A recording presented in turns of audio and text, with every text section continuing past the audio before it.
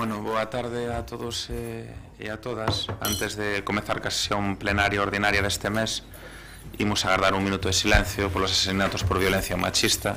Son 3 mulleres e unha menor.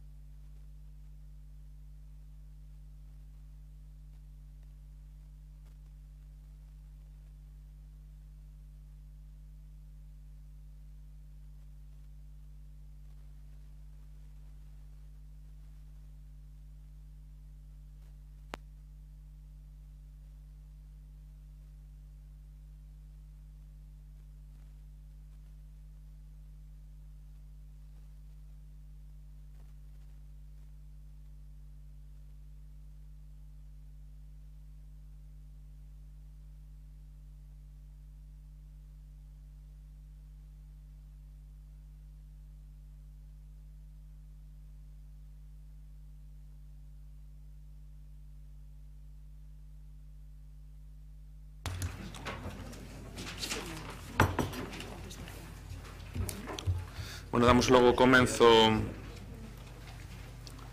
a orde do día.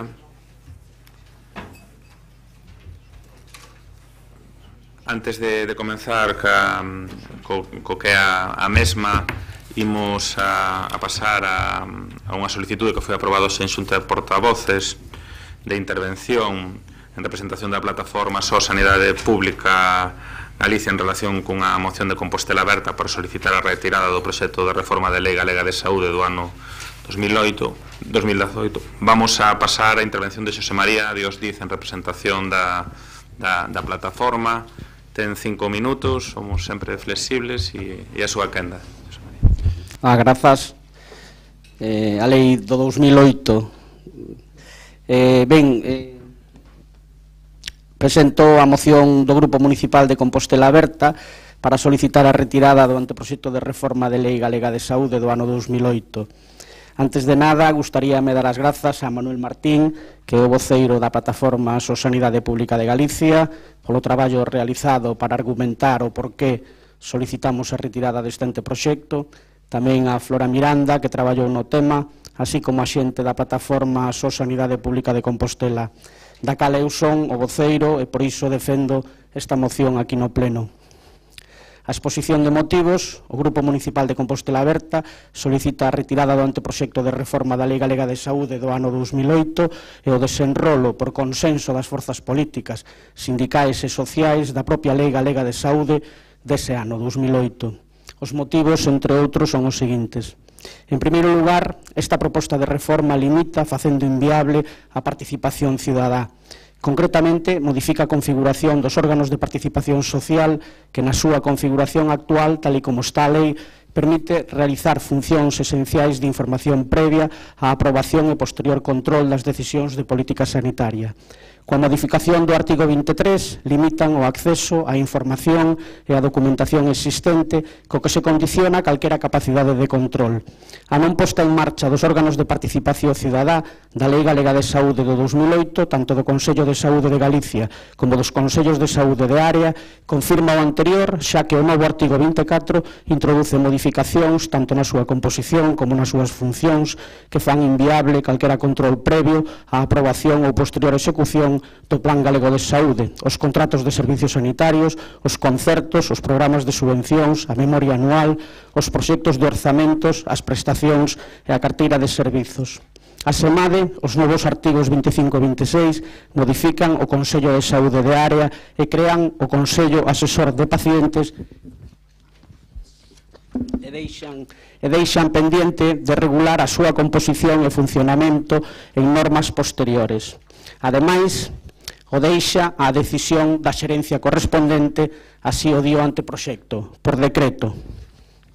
Dende o Concello de Santiago de Compostela se ten solicitado reiteradamente a convocatoria destes órganos de participación social sen ter unha resposta da Xunta de Galicia. En segundo lugar, reduce as áreas sanitarias e consolida a exclusión da atención primaria. A modificación da lei adapta as áreas sanitarias ás actuais estructuras organizativas de xestión integrada, as EOXIS, que creou o Goberno do Partido Popular, ao tempo que anulaba as xerencias de atención primaria. Deste xeito, preténdese eliminar as 4 áreas sanitarias, a da Mariña, Monforte, o Barco e o Salnés, deixando como únicas áreas sanitarias as 7 demarcacións coincidentes coas EOXIS, a de Santiago de Compostela, a Coruña, Ferrol, Lugo, Pontevedra, Ourense e Vigo. Paralelamente, coa modificación do artigo 69, créase un novo ámbito territorial, os distritos sanitarios, cada un deles cun hospital de referencia. Os 7 comarcais, os 4 das áreas suprimidas, a Mariña, Monforte, o Barco e o Salnés, e os 3 que non sendo área sanitaria anteriormente contan con un hospital comarcal de referencia, C, Barbanza e Verín. E os 7 coincidentes coas cabeceiras das EOXIS, a Coruña, Ferrol, Santiago, Lugo, Pontevedra, Ourense e Vigo. O artigo 69 di que os distritos sanitarios son divisións territoriais das áreas sanitarias e constitúen o marco de referencia de coordinación dos dispositivos de atención primaria, hospitalaria e sociosanitaria. Sen embargo, esta reforma nada apunta en relación á recuperación das estructuras directivas de atención primaria, nin se di unha demanda unánime dos e das traballadoras de atención primaria. Tampouco se di nada da estructura dos órganos directivos das áreas nin dos distritos. Neste senso, é importante salientar que dende o ano 2010 que os centros de saúde pasaron a depender das xerencias hospitalarias, produciuse unha enorme perda de poder e de recursos para o primeiro nivel asistencial, para os seus profesionais e para os seus usuarios. Así, dende a entrada en vigor da SEOXI, o orzamento hospitalario creceu en 2.197 millóns de euros no ano 2010 e pasou a 2.270 no ano 2017, mentras que o da atención primaria pasou nese mesmo período de 492 a 466 millóns. A participación da atención primaria no orzamento sanitario é do 13,1% do total, moi por debaixo do 15,4% da media española ou do 25% que se fixou como óptimo no plan de mellora e na estrategia AP21. Así mesmo, entre 2009 e 2015, o Goberno do Partido Popular reduciu 1.795 prazas na sanidade pública, 1.154 en atención primaria, o 64,3%, e 641 nos hospitais, o 35,7%. Como consecuencia, máis do 50% dos cupos están masificados, con máis de 1.500 tarxetas individuais por médico. As sociedades científicas indican que non deberían superar as 1.250. Esta situación obriga a atender unha media de entre 40 e 50 pacientes ao día, o que repercute na calidade da atención e na capacidade resolutiva e obriga a enviar de xeito innecesario a moitos pacientes ao hospital, colapsando as urxencias e incrementando as listas de agarda. En algúns centros de saúde, a espera para acudir á consulta chega a superar a semana, algo inadmisible no primeiro nivel asistencial. En terceiro lugar, consolida o modelo privatizador do coñecemento, posto en marcha coa creación da Axencia Galega para a Xestión do Coñecemento en Saúde. Así, o capítulo da nova Lei Galega de Saúde dedicado á investigación muda dun xeito significativo de nome, do inicial da investigación biomédica no Sistema Público de Saúde de Galicia ao modificado da investigación e a innovación no Sistema Público de Saúde de Galicia. Asemade, omítese as referencias ás prioridades marcadas polo Plan Galego de Investigación, Desenvolvemento e Innovación Tecnolóxica e introduce unha referencia ás prioridades marcadas polos plans de investigación vixentes en cada momento, sen aclarar que plans e que papel xogan eles a sanidade pública e a industria privada, pretendendo así legitimar o modelo privatizador do coñecemento posto en marcha coa creación da Axencia Galega para a Xestión do Coñecemento en Saúde.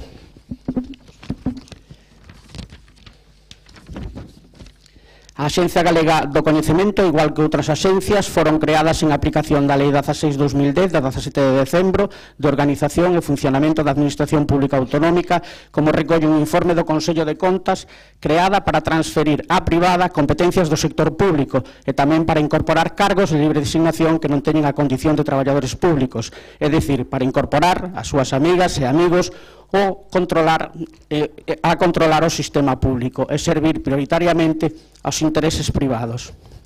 Por todo o exposto, o Grupo Municipal de Compostela Aberta propón para o seu debate e consideración no Pleno a adopción dos seguintes acordos. Instar a Xunta de Galicia a que retire o anteproxecto de reforma da Lei Galega de Saúde que perpetúa as estruturas de xestión integrada, que restitúa as xerencias de atención primaria e que as dote de medios e recursos para reforzar a súa capacidade de resolución. Vai rematando. Xa remato, me quedan 2 líneas, que co consenso de todas as forzas políticas, sindicais e sociais desenvolva a Lei Galega de Saúde do ano 2008. Grazas por escoitar as demandas da Plataforma So Sanidade Pública de Galicia en forma de moción de Compostela Aberta neste pleno. Gracias, Xosé María. A moción onde se solicitará retirar o proxecto de reforma da Lei Galega de Saúde do ano 2008 debatirase logo na quenda de mocións sobre as 7:30 da tarde. Calculábamos a xunta de portavoces, ainda que eso non é exacto. Agradecemos a participación e pasaríamos a propia orde do día co punto 1, que a aprobación se procede de actas de sesións anteriores. Dice así xenéricamente, non? Pero ten que ver cas grabacións e ese tipo de cuestións. Algo que axetar, o que axetar, o que engadir. Pues enténdese aprobada. O punto número 2 da orde do día, sí, sería a toma de posesión do cargo do concelleiro, do cargo de concelleiro de don Antón Barba Pereira polo PSDG-PSOE, que entendo, señor secretario, que non se atopa presente. Moi ben, pois entón seguiríamos co punto 3 da orde do día, que é a aprobación inicial dos expedientes de suplemento de crédito número 2017, supre 03, e de crédito extraordinario número 2017, CRES 04. Si faz defensa, hoxe empezamos con novo regulamento orgánico, cambian os tempos, cambian un pleno de transición, as condicións do pleno, non? Lembro vos que para a cuestión das proposicións hai un tempo de 5 minutos para a primeira quenda e un tempo de 3 minutos para a segunda quenda. Entón, intentémonos axustar os novos tempos en beneficio de todos e todas. María, si faz defensa a proposta. Boa tarde a todos e a todas. Traemos ao pleno, como dicía o alcalde, dos expedientes modificativos do orzamento, o suplemento de crédito 2017 supre 03 e o expediente de crédito extraordinario 2017 CRES 04. O importe destas modificacións do orzamento é de algo superior a medio millón de euros, en concreto 564.529,23 euros. O primeiro expediente, por unha contía de 236.000 euros, trátase de habilitar crédito principalmente para o pago de horas extras do servizo de extinción de incendios e outra pequena contía para xuros de demora dunha sentenza xudicial. O Servizo de Extinción de Incendios, como indica o informe do xefe do servizo que se atopa no expediente que traemos ao pleno, e como tamén falamos en diferentes ocasións neste pleno, é un dos servizos máis afectados polas limitacións de contratación de persoal, non? Que existiron e que existen nos últimos anos nas administracións públicas. E ao mesmo tempo, ademais de ser un dos servizos máis afectados, pois posiblemente sexa un deses servizos máis sensibles, non, e máis necesarios de prestar con garantías. Estamos a falar dun servizo básico e de emerxencia. Os servizos mínimos, como se recolle no expediente, para garantir que se preste correctamente o servizo, están en 9 bombeiros en cada quenda, nunhas quendas que debido a diferentes cuestións este ano tiveron que ser completadas con horas extras, non? No orzamento do 2017 xa preveíamos un incremento en horas extras no servizo de bombeiros, mas lamentablemente, como indica o informe da Xefatura, durante o 2017 houve 4 bombeiros que están de baixa médica, que houve que cubrir o seu traballo a través de realización de horas extras. Ante esta situación, pois que nos atopamos, recordemos que a plantilla do Servicio de Extinción de Incendios é de 45 persoas na actualidade e que chegou a ser no Concello de Santiago de 70 persoas, pois decidiuse acudir ás horas extras para garantir o servizo, non? Por outra banda, por asustarme os tempos, comezo xa co segundo expediente, que é de 327.000 euros, que ten dúas partes. Por un lado, unha achega complementaria á Sociedade Incolsa de 165.000 euros, co objetivo de equilibrar o impacto económico que ten sobre a sociedade as notificacións recibidas da Axencia Tributaria sobre as liquidacións do IBE correspondentes ao exercicio 2015, das que xa se deu conta no Consello de Administración de Incolsa do 19 de setembro e das que a raíz dese Consello se ten interposto recurso ante o Tribunal Económico Administrativo de Galicia, mas para evitar calquer tipo de desequilibrio nas contas de Incolsa propónse a realización desta achega complementaria á sociedade. E, por outra banda, neste expediente tamén incorpórase o pago do IBE do Parque Comarcal de Bombeiros, que ascende a algo máis de 162.000 euros, despois do informe da aclaración do asesor xurídico sobre o tipo de IBE a aplicar, non? Finalmente será un 16%, que é o que estaba en vigor no ano da construción do parque. E con isto remataríamos o cumprimento da sentencia que recaeu sobre a construción do Parque Comarcal de Bombeiros en Salgueriños, despois de ter pagado o importe principal de algo máis de 1 millón de euros, máis os xuros e agora o IBE. O financiamento destes modificativos de crédito saen de 3 fontes. Por unha banda, un sobrante nun proxecto de obras por un importe de algo menos de 50.000 euros.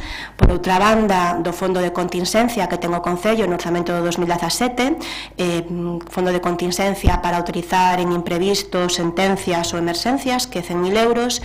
E, por último, a principal fonte de financiamento son os aforros en préstamos bancarios. Debido á amortización anticipada de débeda bancaria que realizamos no expediente que aprobamos neste pleno no mes de xullo, pois aforramos tanto no importe a amortizar a entidades bancarias, en concreto 377.000 euros de aforro que houve este ano a hora de amortizar en entidades bancarias, e, por outro lado, 36.000 euros en intereses. Con estas fontes, principalmente derivado dos aforros en préstamos bancarios, estaríase financiando este modificativo de crédito. E asusteime o tempo. Moitas gracias, María Rozas. Rubén Cela. Moitas gracias, señor alcalde. Ben, a pesar de que este expediente, o noso grupo nos plantexaba algunhas dúbidas importantes, atendendo tamén as circunstancias especiais do día de hoxe, puximos a anunciar o noso voto favorável ao mesmo, porque entendemos que de non resultar aprobado se podería provocar perxuicios a terceiros que non son responsáveis dos mesmos, non? Pero con independencia da posición de voto, sí que me gustaría polo menos puntualizar algunhas cousas, non? Eu creo que dos informes da intervención neste expediente se poden extraer dúas cuestións que poderíamos catalogar de forma e unha para nós de fondo importante, non? Con respecto á forma, hai dúas cuestións que non son de todo menores, non? Primeiro, como comentaba agora a concelleira, para cubrir parte deste suplemento e crédito extraordinario de crédito, se recurre a retraer fondos do fondo de contingencia, non?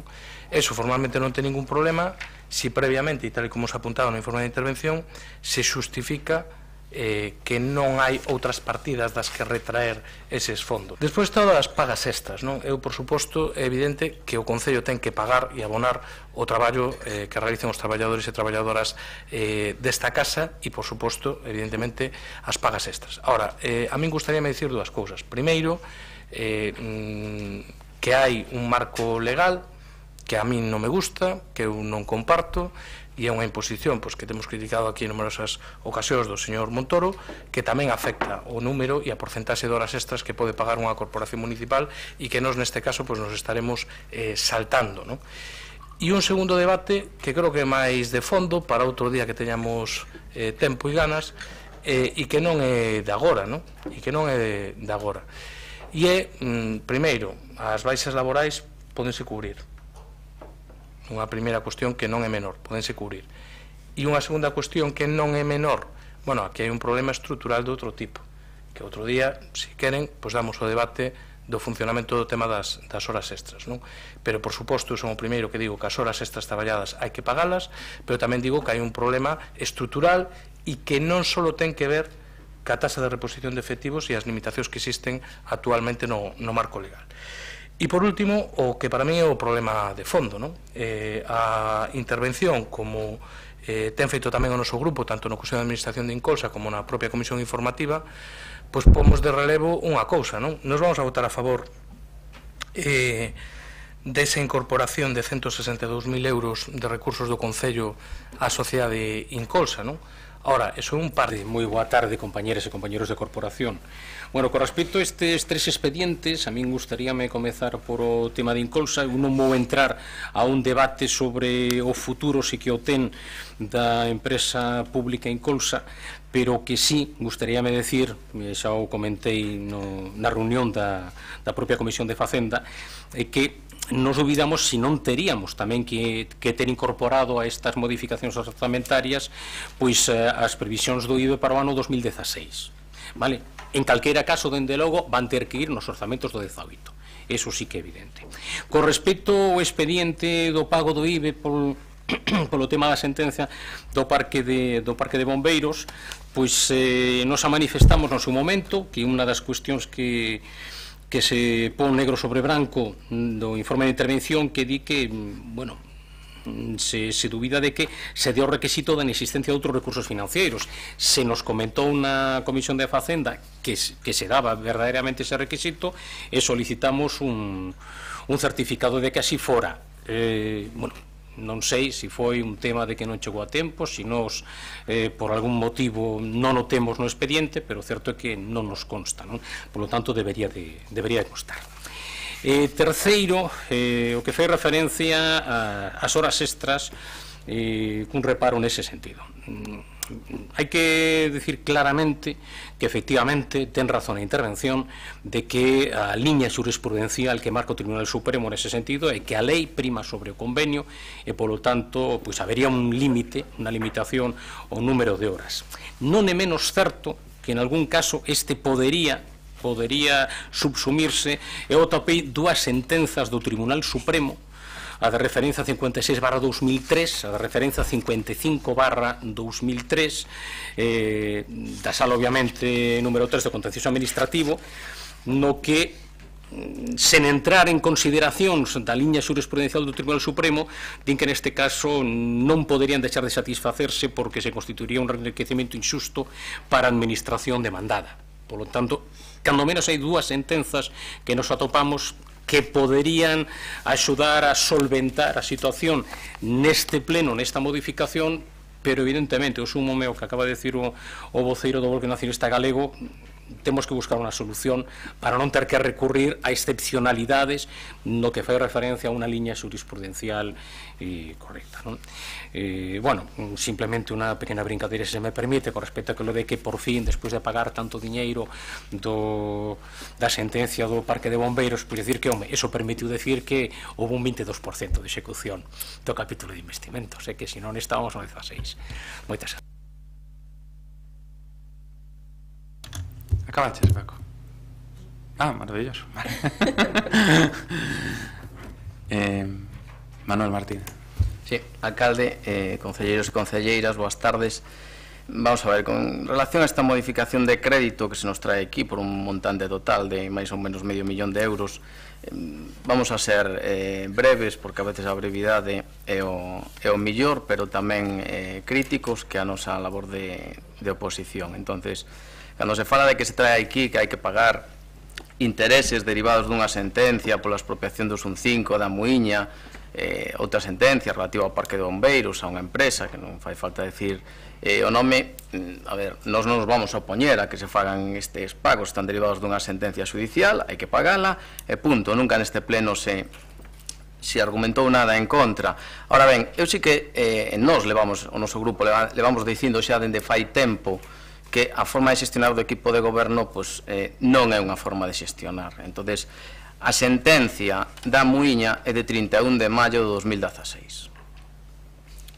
O tema do IBE, da outra sentencia, o director da asesoría xurídica xa pon de manifesto no seu informe que dende o 12 de decembro de 2016 habería que efectuar o pago correspondente, porque o Tribunal Superior de Justicia de Galicia non admitiu a aclaración solicitada.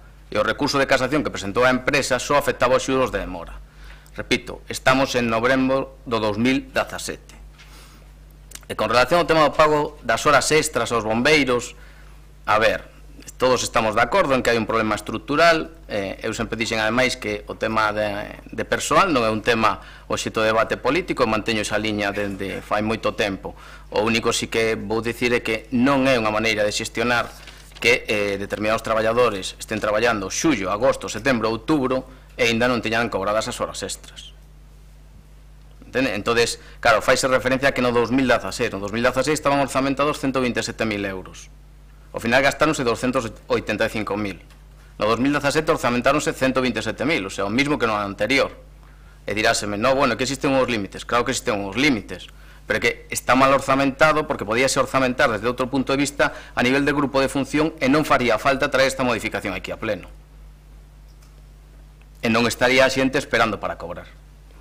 E co tema da aportación a Incolsa, pois igual que no anterior, o sea, isto é algo que xa sabían vostedes desde o ano 2016, dende o 15 de xuño de 2016. Este ano, dende o 5 de maio, que cando se volveu a abrir o expediente por parte da Axencia Tributaria, como se manifestou anteriormente, vale, traese o 2015, pero que vai pasar co 2016 e co 2017? Eu creo que se debían haber tomado medidas con anterioridade, e isto a nós non nos parece unha forma de xestionar correcta, baixo ningún sentido. Que quere que lle diga? Eu creo que sempre poño exemplos da forma de xestionar de Compostela Aberta, e hoxe, para non ser distinto, pois vou nos poñer. Entonces, de cousas moi sinxelas, porque se non se é capaz de facer as cousas sinxelas, eu creo que as cousas complicadas, pois, tampouco se dá chegado a elas. Entonces, algo tan sinxelo como colgar as contas na página web do Concello. A conta xeral do 2016 ainda está sin colgar no portal de transparencia deste Concello. Se advertín, cando foi o pleno da conta xeral, que non se colgou durante o período de información pública, e a data de hoxe está todavía sin colgar. En materia de execución orzamentaria, só está colgado o terceiro trimestre do 2016. É certo que a oposición se nos facilitou o segundo e o terceiro trimestre do 2017. Fai pouco, tamén é certo, pero non se colgou na página web no portal de transparencia.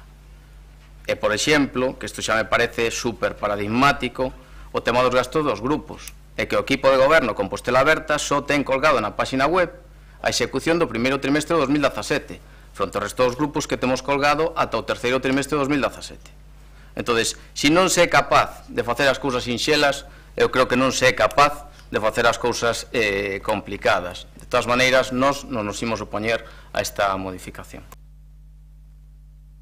Gracias, Manuel. Estou revisando a chuleta. A segunda quenda son 3 minutos. María, se queres... Sí, de forma moi breve, non? Eu comparto as opinións tanto do voceiro do Partido Socialista como do voceiro do Bloque Nacionalista. En parte comparto a situación pois bastante como decilo, bastante contradictoria que temos co tema das horas extras, non? E non o comparto porque quera levarlle a contraria a Montoro e a súa lei, senón porque non existe ningún tipo de racionalidade económica nin racionalidade social que apoie ou avale realizar ese número de horas extras. Non estamos a falar que as horas extras, segundo o convenio do Concello, supón un coste máis elevado que ter en nómina pois un servizo bombeiros, ter persoal en nómina, non? E por outro lado, desde o punto de vista social, non se está a xerar emprego, non? É unha situación lamentable, é unha situación pois que ven coas limitacións que hai de contratación de persoal e sobre todo pois todas esas jubilacións que non se puderon cubrir durante anos, non? Falaba antes de que dunha plantilla de 70 efectivos pasamos a 45 e o servizo é evidente que hai que darlo igual, non un servizo que se poda cubrir pois o seu persoal tirando dunha lista da Garda, tirando de sustitucións de baixas médicas a través de listas da Garda, porque non podemos tirar de listas de persoas que non aprobaron unha posición como pode ser para o servizo de extinción de incendios, non é como caso pois a mellor dun usiero, un auxiliar administrativo de cualquier técnico. Estamos falando dun servizo pois moi delicado que ten unha formación moi determinada, non? E nada máis, gracias polo apoio. Gracias, María. Rubén, algo que engadir? Paco, algo que engadir? Manuel, algo que engadir? Moitas gracias. Pasamos logo a votación, señor secretario. Votos a favor da aprobación inicial dos expedientes suplente de crédito número 2017 suple 03 e decreto extraordinario número 2017 CREX 04. Votos a favor. Compostela Aberta, Benega, PSOE. Votos en contra. Ningún. Abstencións. Grupo Popular. Quedaría aprobada inicialmente esta proposta. Moitas gracias aos grupos. Pasaríamos ao punto número 4 do orde do día, que é a proposición do Partido Popular sobre a ampliación do abastecemento, saneamento e outras melloras na parroquia de Bando. Se fan defensa Agustín Hernández. Sí, boas tardes, moitas grazas, alcalde. A iniciativa que traemos trata de condensar as peticións que nos ten trasladado a veciñanza da parroquia de Bando, unha parroquia importante pola súa poboación, sobre todo, pero tamén polas empresas e entidades que nela se asentan. Un contorno caracterizado hoxe en gran medida polos trazados viarios da antiga Estrada Nacional 634 e da autovía A54 que enlaza con Lugo, así como caracterizado polo treito final do camiño francés ata o Monte de Gozo antes de entrar na parroquia de San Lázaro. Tal e como sinalamos no texto da nosa iniciativa, o antecedente da proposta está nunha xuntanza mantida no pasado mes de outubro con representantes veciñais nesta parroquia na que recollimos varias demandas que pola súa trascendencia e posibilidades de realización a curto e medio prazo sometemos a consideración da corporación. En primeiro lugar, coincidindo coa prioridade sinalada pola propia veciñanza, propoñemos a ampliación do servizo de saneamento e abastecemento. Son dous servizos básicos que desde hai anos chegan a varios puntos da parroquia, sobre todo nas proximidades da estrada principal que conecta con Lavacolla, pero do que carecen moitas vivendas, sobre todo as situadas na zona norte da parroquia. Dada a importancia ambiental e tendo en conta a densidade de actividades empresariais que se registran nesta zona, consideramos que sería convinte trazar unha planificación global que permitira ir abordando distintos proxectos para estender de forma gradual estes servizos con criterios obxectivos de prioridade para facilitar a súa execución, dispoñendo así dos documentos que facilitaran a negociación con outras instancias, nomeadamente a Deputación e a Xunta de Galicia, para facer fronte ao seu financiamento. Unha segunda actuación sobre a que chaman a atención os veciños fai referencia á vía de enlace entre San Marcos e a autovía 54, a coñecida como Rúa do Castro. Trátase dunha vía de titularidade municipal na que, a pesar de ter actuado no seu firme hai poucos anos, é certo, é moi estreita e carece de beiravías e apenas permite que de forma moi xusta se crucen dous turismos, a pesar de ter un tránsito habitual moi elevado, hoxe ainda incrementado polo corte da Nacional 634. A ampliación da plataforma desta vía para facilitar a mobilidade de vehículos e peóns non debería supoñer un gran esforzo económico, se temos en conta que se trata dun treito de pouco máis de 400 metros que xa conta na actualidade cunha franxa de terreo a ambas marxes susceptible de ser aproveitada para alongar a calzada e incluir beiravías. Acadaríase así unha notable millora nesta importante conexión coa autovía que empregan moitos veciños e tamén persoas que traballan nesa zona. Outra actuación viaria que a veciñanza considera necesaria é o alargo do acceso ao lugar de Pousada, que dificulta o cruzamento de vehículos en varios puntos por onde transita precisamente o autobús urbano, obrigando en ocasións a incómodas manobras. Por último, como cuestión salientable, os representantes veciñais sinalan a necesidade de dotar a parroquia dun parque infantil e doutro biosaudable que poderían ser radicados no contorno do centro sociocultural da parroquia. Como complemento desta dotación sería desexable, como unha medida de seguridade e confort, a planificación e, por suposto, despois a programación e execución dunha senda peonil pola beiravía que conectase a antiga Estrada Nacional 634 co centro sociocultural, un trasecto de pouco máis de 400 metros que nunha parte do seu tramo final, por certo, coincide co trazado do camiño francés e xa dispón dun espazo aceitado para o tránsito de persoas. En definitiva, o noso grupo traslada estas peticións a través dun acordo que non repito por eficiencia, pero que en todo caso está recollido no propio texto da moción que presentamos hoxe para a consideración deste pleno. Moitas grazas e máis nada. Moitas gracias, Agustín. Rugancera, a súa quenda. Sí, moitas grazas, señor alcalde. Eu moi brevemente, porque xa anunciamos o voto favorable do noso grupo, porque entendemos que as tres propostas da veciñanza de Bando trasladadas hoxe a este pleno por parte do voceiro do Partido Popular pois son razoáveis e necesarias, non tanto as que teñen que ver co abastecemento e saneamento, que en xeral pois existe un avance pequeno con respecto a outras épocas, como no que ten que ver co acondicionamento de pistas, como o parque infantil no entorno do centro sociocultural. Eu simplemente quixera consumir un minuto máis engadindo os temas que entendo que para o que é a veciñanza non implican unha preocupación tan importante e urxente como as cuestións plantexadas, pero que sí que son moi importantes para o futuro desta parroquia, non? E que teñen que ver co futuro do campo de tiro de Bando e tamén co futurível parque científico e tecnolóxico de San Marcos, non? Con respecto ao primeiro deles,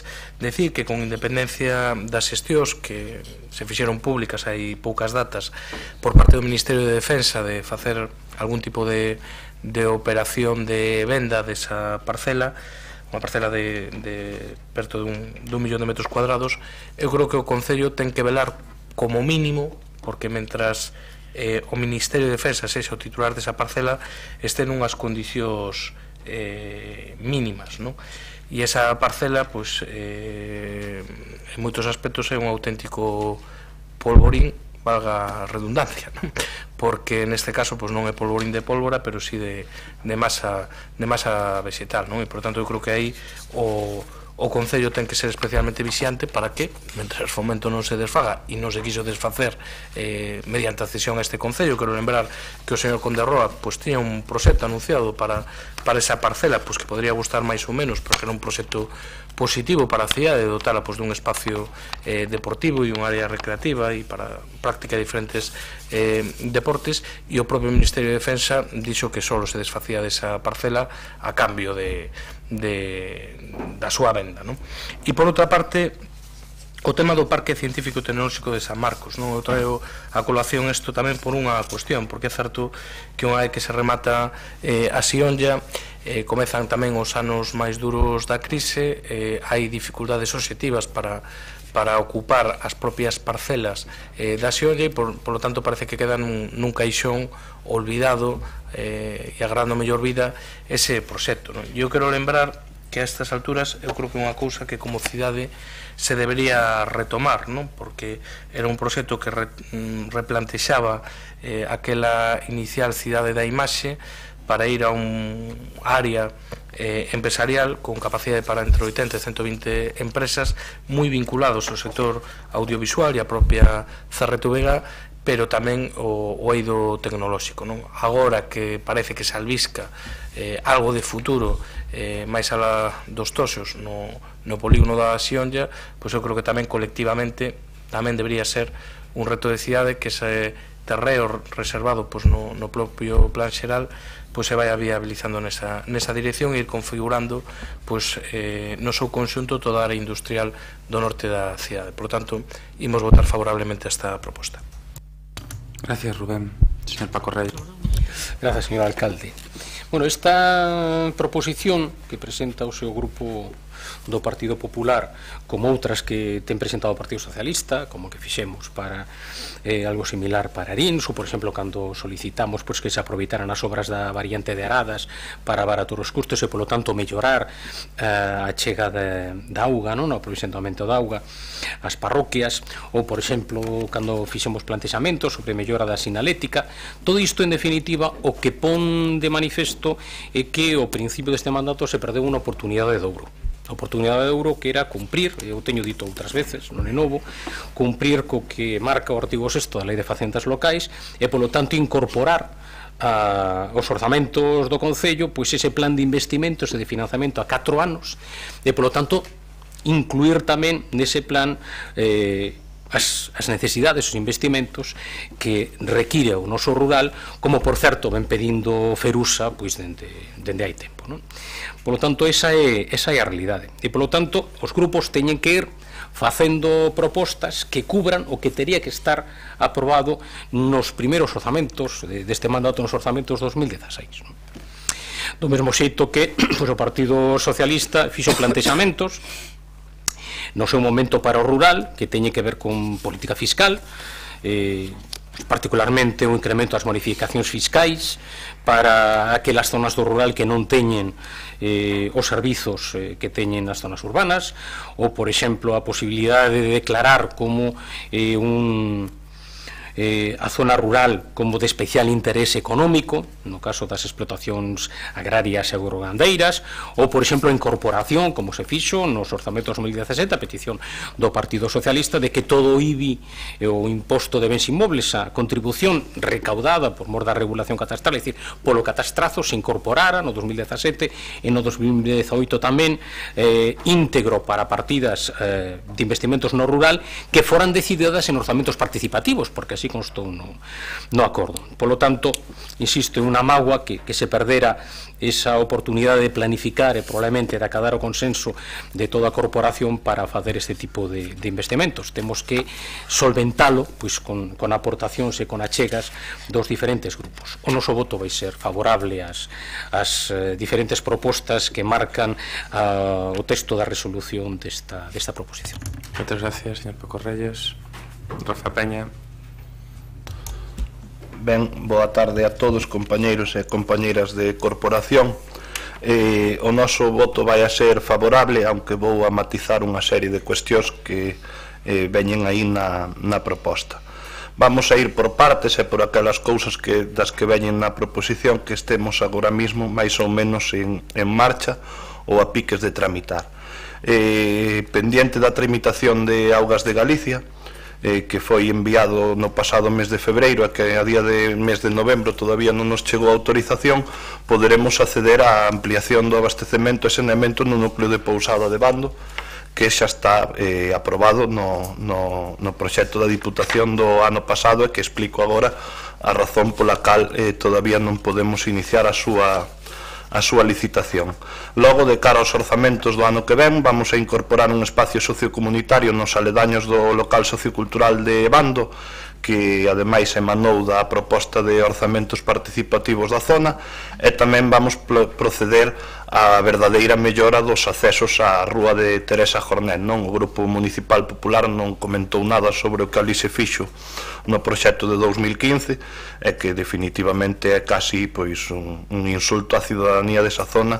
O que ali se proyectou e un por encima tiveron a desfachate de titular ese nombre, o nombre dese proxecto como Teresa Jornet, e ali nun trazado de 400 metros actuouse sobre 100 metros de rede viaria e se lle abriu conetas, a pesar de que ali hai empresas moi grandes que en donde pasan vehículos de alta tonelaxe e, bueno, pois agora reconstruiremos toda esa rúa, farémolo con aglomerado en quente e por encima faremos un trazado de beirarrúas para que se poida ir tamén hacia a residencia de de maiores, que ademais é onde está o 80% dos votos do PP da parroquia. Por eso me extrañou moitísimo que non lle deixaran eso en condicións, non? Chegaremos nós e o deixaremos en condicións, aunque o resultado seguirá sendo o mesmo. A partir de aí, logo, tres cousas das que sacaron aquí, non? Unha é a Rúa do Castro de Bando, onde teño proxectado ou planeado facerlle unhas cunetas rebasables, e tamén intentar facer unha pequena ampliación. E logo, con respecto ao que comentaba Rubén, a min sin cuestionar que as dúas cousas son importantes, si me preocupa o estado no que se atopa o campo de tiro de Bando, e xa non só, senón incluso a día de hoxe non está nunha situación moi adecuada, a pesar de que serviu para que todos os veciños de Bando e das parroquias do redor poideran facer os seus invernaderos, pois unha vez que ahora xa nada do que hai ali sirve de utilidade, pois sí que ahora mismo está a xenerar un peligro. Eu, mantiña contactos con o Ministerio a raíz de cuestións do aeroporto, sí que se lle trasladou por escrito pois que tiveran a colación poder eso ou acondicionar eso, e todavía non o temos. E logo, pois, en principio, o que é o resto non de posibles actuacións en abastecemento e saneamento é algo que afecta e repercute en todo o rural. Creo que a día de hoxe, dende o medio rural, vamos a replantearnos incluso os orzamentos dos vindeiros anos, de cara a que vamos a ter serios problemas, porque o estamos a ter aquí a día de hoxe. De feito, creo que algo máis para diante do pleno ven algo tamén do Partido Popular relacionado co tema da auga. Creemos que hai que empezar a priorizar nos orzamentos dos vindeiros anos levar o abastecemento aos núcleos que faltan, non? Como podedes ver, a relación desta moción é bastante amplia e son moitísimas as cuestións que quedaron pendentes nesa parroquia. Menos mal que tivemos 4 anos de goberno do PPB para facer, ainda que só fora a 10ª parte do que ven aquí, e xa non falemos dos 20 e tantos anos anteriores. Non foi unha pena de que non planificáramos nada ao principio de legislatura, Paco, foi unha pena de que non se planificou nada na parroquia en 30 anos, e agora pois témola como a temos, e iremos aos poucos, máis nada.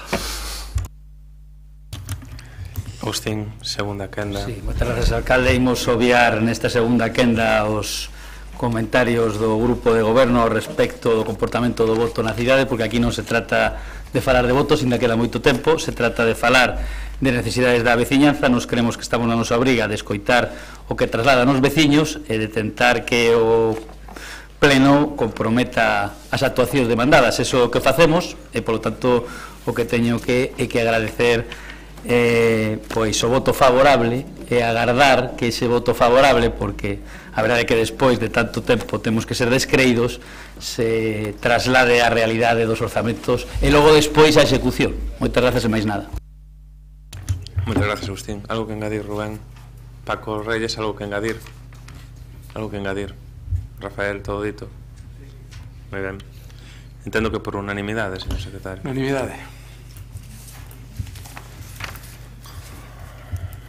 Pasaríamos ao punto 5º da orde do día, que é unha proposición do Partido Socialista relativa á implantación dunha nova rotonda na Rúa do Restollal, na intersección coa Rúa de Rosa Pardo, Pontepedriña.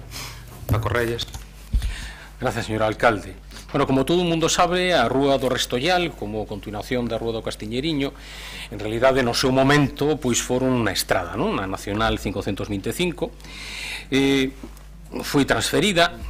O que pasa é que, a pesar de que hoxe en día é unha rúa con o nome, Rúa Restollal, pero non está verdadeiramente a cumprir esa función.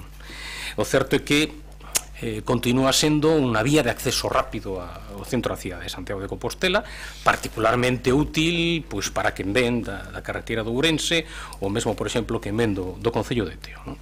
Nos entendemos que o que hai que facer é avanzar para convertir verdadeiramente eso na rúa do Restollal de verdade para o uso e o disfrute dos veciños e das veciñas. Incluso hai veciños que falan da avenida do Restollal, non? Nós somos plenamente conscientes de que toda a urbanización que eso vai requerir pois é altamente costoso, requeriría pois obviamente a mellora e a modificación das beirarrúas, requeriría pois facer obras sobre as pluviais, requeriría facer obras sobre os servizos e polo tanto é un tema de plurianualidades e un tema de facelo por tramos. Nós o que entendemos é que hai unha posibilidade que comenzar, nós o que plantexamos é unha rotonda que non ten que ser unha obra faraónica, xa o digo de antemán, que na intersección da rúa Rosa Pardo, cun obxectivo fundamental que sería pois pacificar a velocidade, particularmente que é alta nesa vía, nesa rúa Restollal, pacificar, insisto, o tráfico, pacificar a velocidade, facilitar a entrada o todo que é a Pontepedriña, a Nova e a Bella pola rúa Rosa Pardo. Nos entendemos que isto vai distribuir moito mellor o tráfico cara a todo o polígono que configura as dúas Pontepedriñas, vai restar lóxicamente o que é a entrada neste momento, que é o carón da Praza de León, e polo tanto que é unha praza onde hai un parque infantil, onde, en fin, os rapaces e os seus avós e aboas pois están ali xogando con eles, e polo tanto pacificaríase unha entrada de tráfico moi importante para distribuir para toda Pontepedriña e que entra a unha velocidade alta. Nos, polo tanto, o que propoñemos é facer esta rotonda a esa altura, todo o mundo pois coñece exactamente do que estamos a falar, sabe exactamente cal é a ubicación. Polo tanto, nos entendemos que isto pois son os técnicos os que teñen que facer a avaliación do custe, pero nos entendemos que estaríamos a falar entre 60.000 euros IVA incluído, non máis de 100.000 euros IVA incluído, para o que nos entendemos que se tería que facer aí. Insisto, non é unha obra faraónica, e polo tanto esta é a nosa proposta. É unha necesidade, unha demanda dos vecinos da Pontepedriña, particularmente da Bella Pontepedriña. Nos entendemos que é o momento de abordar esta solución. Moitas grazas. Gracias, Paco. Goretti, San Martín. Sí, boa tarde. A ver, nós coincidimos desde o BNG no que é a problemática específica que ten xustamente a rúa do Restollal. É unha problemática que non é na única zona da cidade onde acontece, máis veces temos falado, independentemente de que se chame rúa ou avenida, non? A avenida de Lugo, en algunhas zonas, ten exactamente a mesma problemática. É unha problemática que habería que abordar no seu conxunto, habería que ver que facemos con eses lugares que ao final parece que acaban sendo pois eso, vías de acceso rápido, periféricos, e que deberían de estar moitísimo máis integrados na cidade, que provocan que ao final pois haxa problemas, é certo, de seguranza viaria, que a xente pois teña problemas para cruzar, para mandar só a nenos e nenas ao colexio, para, mesmo que provocan nalgúns casos e en algunhas situacións pois un certo abandono do que son os baixos comerciais. A verdade é que é un problema, e un problema que hai que abordar. Agora, o que non temos tan claro é que a solución sexa justamente esa rotonda, e desde logo que esa sexa a primeira acción que haxa que facer. Parecenos que habería que facer pois esa humanización das beirarrúas absolutamente necesaria, parecenos que habería que facer un estudo técnico do conxunto, e sobre todo dun conxunto que non vai a ser, non, que ao final acabemos poñendo, claro, é certo que a rotonda pode pacificar o tráfico aí, mais que logo moita xente pois acabe escapando non xa únicamente non para un único vial, senón tamén acabe pois levando o tráfico que vai á Rúa da Estrada, Picaño, Sar, que tamén é unha zona que ten moitas problemáticas para absorber desde logo ali cantidade de tráfico, e onde xa houve que facer actuacións. Entón, estando de acordo, o que nos extraña é a redacción final tan taxativa sen haber un estudo, un análise, un informe técnico previo, porque xa non instar ao proxecto de construción, senón proceder a súa execución a maior brevidade posible. Nós pensamos que era mellor non facer un estudo de análise, cando menos, aínda que agora nos interesemos nesa zona, na zona justamente do Restollal, do Castiñeiriño, da Rúa da Estrada de Picaños, pero facer un estudo xeral, e pensamos que xa son horas de poñerse en plan humanizar realmente e levar a cabo propostas que teñan que ver coa mobilidade e coa integración na cidade das rúas, coincidindo por completo que iso non é unha rúa, que ao final aí acaba sendo, desde logo somos poucas as persoas que entramos por aí a pouca velocidade. Eu que uso moito, recoñezo que vou a pouca velocidade e que todo o mundo me pasa. Entón, este é un problema grave que sí que que temos que abordar, pero desde logo temos as nosas dúbidas. Parecenos que sería mellor facer un análisis xeral de que facemos para humanizar toda esa zona, que non ir xa de maneira inmediata a facer unha rotonda se iso nos vai solucionar todo. A verdade é que na resolución final en o que non estamos totalmente de acordo, coincidindo por completo co espírito da proposición. Gracias, Goretti. Buenas tardes, compañeros de corporación. Nosotros coincidimos totalmente con el diagnóstico que hace el Partido Socialista y aún más con el que acaba de hacer nuestra compañera Goretti, con lo que está pasando en el Restorial. Estamos de acuerdo con que la configuración en varios niveles, con varios carriles, con muretes separadores, favorece que se conduzca muy rápidamente. Además, la ordenación de los tráficos, especialmente de entrada, es complicada porque hay muchos cambios de carril en función del destino, pero sobre todo, y lo más importante, es que dificulta la permeabilidad peatonal. Independientemente de la evolución histórica, en nuestra opinión, ha habido dos decisiones claramente equivocadas, que hasta ahora no han salido, cuando menos muy perjudiciales. Una, la autorización de la salida del centro comercial ocupando el espacio público en el subsuelo. Es un caso para estudiar este. Y la otra, la decisión bastante cuestionable, en nuestra opinión, de la densidad y la configuración del sub-7. Yo no dudo que el sub-7 responda a la planificación aprobada y tampoco dudo que la planificación cumpla con los parámetros establecidos en el plan general.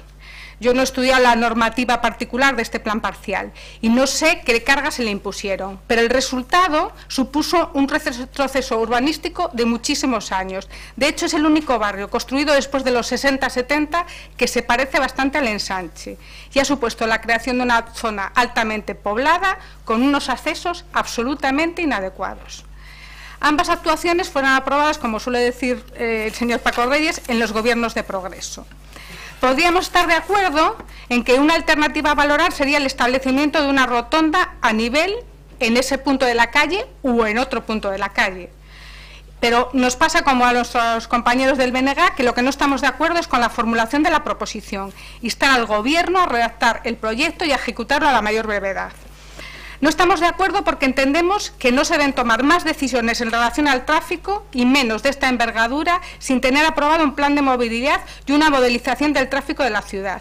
El PEMUS vigente, entiendo que sigue vigente, que no fue derogado, que fue redactado por el Gobierno bipartito y aprobado por el PP, contaba con una modelización del tráfico que permitía simular nuevas situaciones y ver qué pasaba en el resto del casco urbano.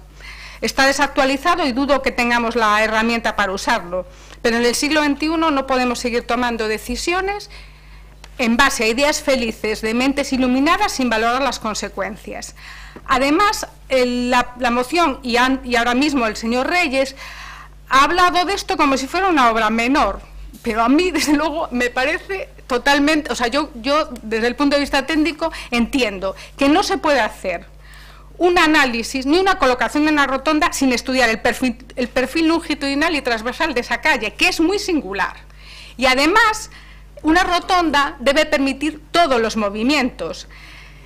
Si abrimos esa rotonda en ese lugar a la Rúa Rosa Pardo, también habría que abrirla a la calle Enrique Vidal Abascal, con lo cual habría que demoler ese muro, que yo creo que es algo que igual hay que hacer, pero vamos, de 60.000 igual pasamos a 1.600.000, más o menos, no he hecho la cuenta, pero desde luego, es decir, no estamos hablando de una obra menor. Cualquier obra que hagas allí, además, efectivamente vas a tocar todos los servicios. Con lo cual nos parece que es de una envergadura mucho más importante de la que tratamos. Y por último hay un aspecto muy importante. No vaya a ser que por arreglar esto, o sea, yo no digo que no haya que hacerlo, pero creo que hay que estudiarlo. Entonces, una de las cosas más importantes, otra cosa muy importante, es estudiar bien el tráfico peatonal. Porque en Santiago tenemos la costumbre de poner rotondas que están rodeadas en todas sus salidas de pasos de peatones, lo cual es absolutamente absurdo. Llegas a la rotonda, se cierra el paso de peatones y la rotonda se convierte en una cosa atascada.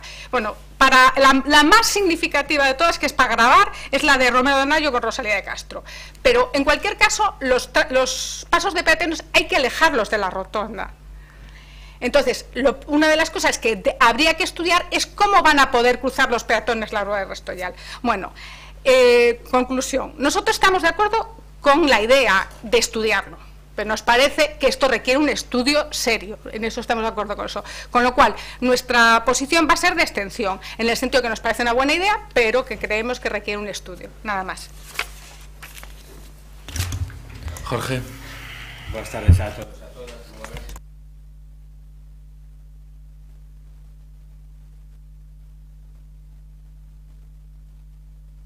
De acordo estou, perdón, escoitouse ben, non?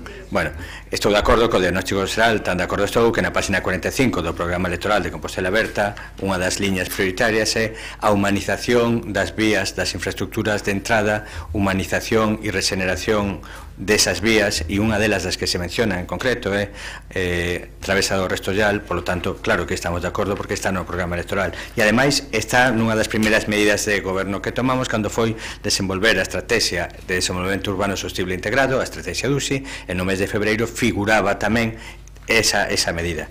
Pero ademais estamos tan de acordo que o día 2 de outubro, o día 2 de novembro, exactamente, firmamos esa proposta de incorporación á estrategia DUSI, a proposta está do día 6 de novembro, e, por casualidade, mañán vai a Xunta de Goberno precisamente a financiación desta liña de actuación que se chama Reordenación do Viario Estructurante Municipal, no que están contempladas diversas actuacións, e un dos proxectos que está contemplado especificamente é a redacción do proxecto para a reordenación das rúas de Restollal e de Amor Ruibal, incluídas as rotondas de o tramo entre as rotondas de Castiñeriño e Galuresa e a intersección co viario asacente, porque entendemos que é unha prioridade resolver, transformar un viario que dunha sección de 36 metros de ancho, só 6 están destinados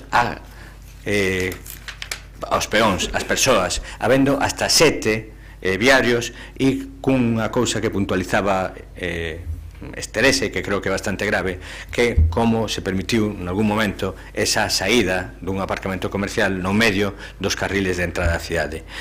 Todo eso non imos ao pasado, esos gobernos de progreso, nin a valorar se naquele momento estaba ben ou mal, igual que tampouco entro a valorar si o sub 7 estaba ben ou mal, pero o que si é necesario de dos é resolver o problema do viario estructurante, que está mal, resolver e facilitar os accesos ao sub 7 que non os ten para a densidade de población que ten, e sobre todo mellorar a calidad de vida tamén do polígono de vivendas de Pontepedriña, se me vai o nome ahora do polígono de vivendas de Pontepedriña, que están sufrindo tráfico de paso porque non se pode facilitar ese xiro á esquerda para incorporarse na saída da cidade hacia todo ese barrio. Por lo tanto, creemos que é necesario facer esta actuación. De feito, mañán aprobamos a solicitude de fondos EDUSI para a contratación deste proxecto dentro dunha liña de reordenación de viario estructurante municipal na que se propón en concreto, para que non veña no próximo pleno con algo que xa estamos facendo, vale?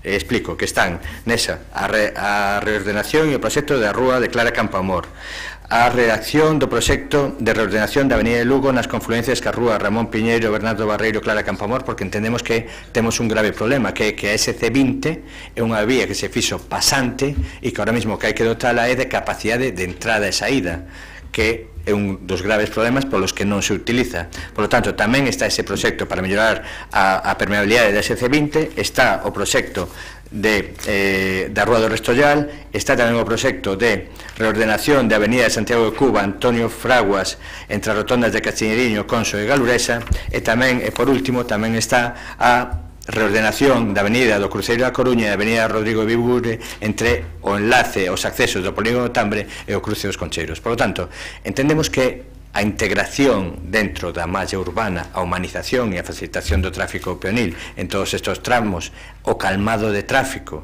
para conseguir unha circulación máis calmada e que me respete a prioridade das persoas e mellora a calidad de vida en todo este entorno, facilitando os xiros e a integración dentro da malla urbana, están dentro do noso programa, están dentro da estrategia DUSI. Mañán aprobaremos en Xunta de Goberno toda esta estrategia e, por lo tanto, o que teremos que ter é, primeiro, un bon proxecto, que é o que iniciaremos a contratación. A partir de ter un bo proxecto, poderemos plantexar se é por tramos, se o tramo máis prioritario é esa rotonda ou hai outra medida que poda ser prioritario. Pero eu creo que sempre o primeiro é ter ese proxecto, estamos nesa liña de ter o proxecto, por lo tanto, da súa petición inicial estamos de acordo con esa liña, pero cal é a actuación que deba ser priorizada, pois a que nos diga o proxecto, porque hai que ver como afecta a todo o tráfico da cidade. Por lo tanto, nos pon un problema difícil, e recordo o pleno do mes pasado que falamos deste tema. Sendo así, e como xa estamos facendo o que nos pide, deixando de lado que nos pide priorizar, eu entendería que eu podo votar a favor sempre cando priorizaremos aquelo que nos diga o estudio técnico o proxecto que se redacte.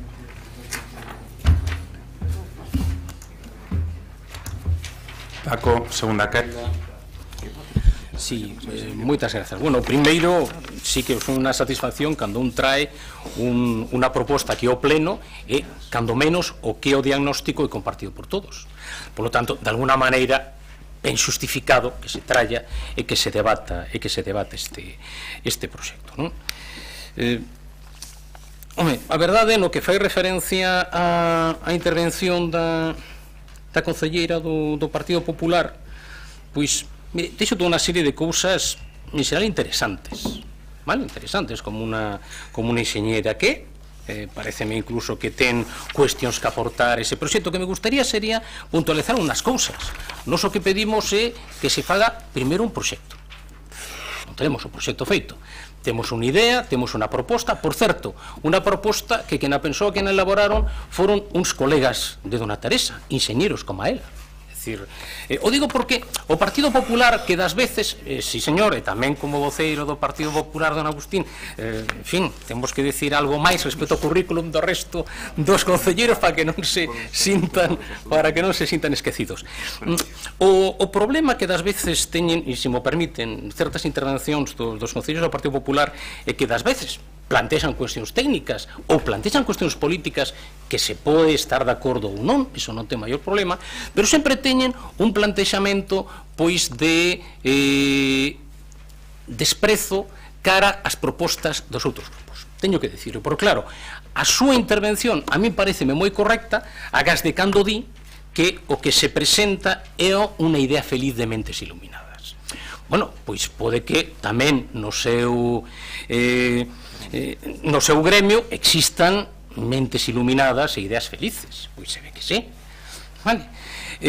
Tamén gustaríame dicirlle o seguinte: claro, cando nos decimos que se execute, entre outras cousas, ten que ver cunha historia que temos neste caso con Compostela Aberta, que hai proxectos en riba da mesa, pero non acaban de arrancar. Por lo tanto, tampouco supoño que lle sorprenda a ninguén que pidamos que se faga o proxecto e que se execute. Non decimos exactamente que proxecto, iso decidirán os técnicos ademais da casa. Nos facemos unha proposta. Nos tamén o levábamos no programa electoral, por eso propoñemos, non? E cando decía o concelleiro de urbanismo, decía que, bueno, que non traíamos cousas que xa están, e ademais como convertila nesa rúa, é unha proposta que nos facemos, e por outra banda, é que das veces non queda máis remedio diante dunha historia de cumprimentos, entre comillas, de determinados calendarios de obras, pois parece que sí que se justifica que traigamos as cousas a debatir neste pleno. Mais nada, moitas gracias. Gracias, Paco. Goretti, nada que decir. Teresa, sí. Bueno, primero que no lo dije con ningún desprecio, y las ideas pueden ser buenas, ¿eh? Si no digo, cuando lo dije como una idea, eso, simplemente que una idea buena hay que comprobar si el resultado y lo que afecta a lo demás también es bueno. Y luego, con respecto a lo de la rotonda de los compañeros, yo estoy convencida de que seguramente que lo que ellos han pensado es una idea como provisional. Entiendo, yo no vi algo en la prensa, pero no lo vi. Lo que yo quería decir es que no es lo mismo una rotonda encajada abajo con un coste pequeño y que solo dé acceso a esa calle que citan, a lo que yo digo que creo que se debe hacer, que es reestudiar la calle, reestudiar el perfil longitudinal y transversal de la calle y probablemente desmontar el muro para dejar una permeabilidad total. Eso cambia la envergadura, nada más, que era lo que quería decir, no eso. Igual de entré técnicamente demasiado, no lo sé, perdón. Si es así, perdón, disculpe.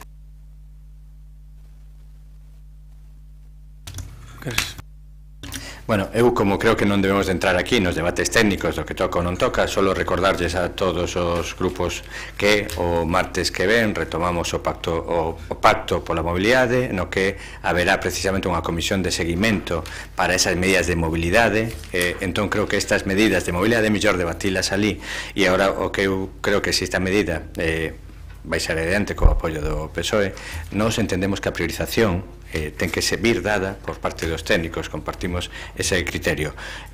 Non nos podemos opoñer a unha medida como esta, estamos a favor de que se faga, pero con esa matización que as prioridades ten que establecelas o calendario de obras. Por lo tanto, estando a favor do proxecto, absterémonos porque a realidade dos plazos terá que marcalas precisamente o proxecto e a oportunidade que marque o proxecto.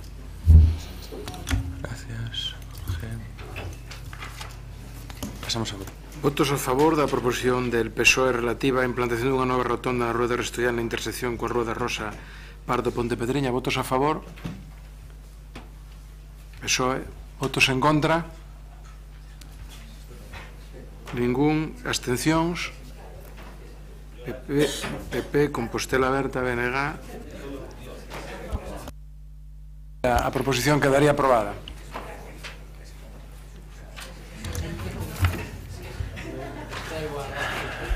Pasamos ahora, os seguintes puntos son puntos de dación de contas. O 6 é dación de contas de execución orzamentaria correspondendo ao terceiro trimestre e dación de contas o punto 7 das resolucións da alcaldía e das concellerías delegadas e acordos da Xunta de Goberno local, que como sempre están a disposición dos homes e mulleres desta corporación, e pasaríamos ao punto número 8, rogos, preguntas e interpelacións. Empezaríamos cos rogos, que son 2 minutos do propoñente e 2 minutos da resposta. E o primeiro deles é un rogo do BNG para o mantemento da propiedade municipal Sita carón do Conservatorio Profesional de Música.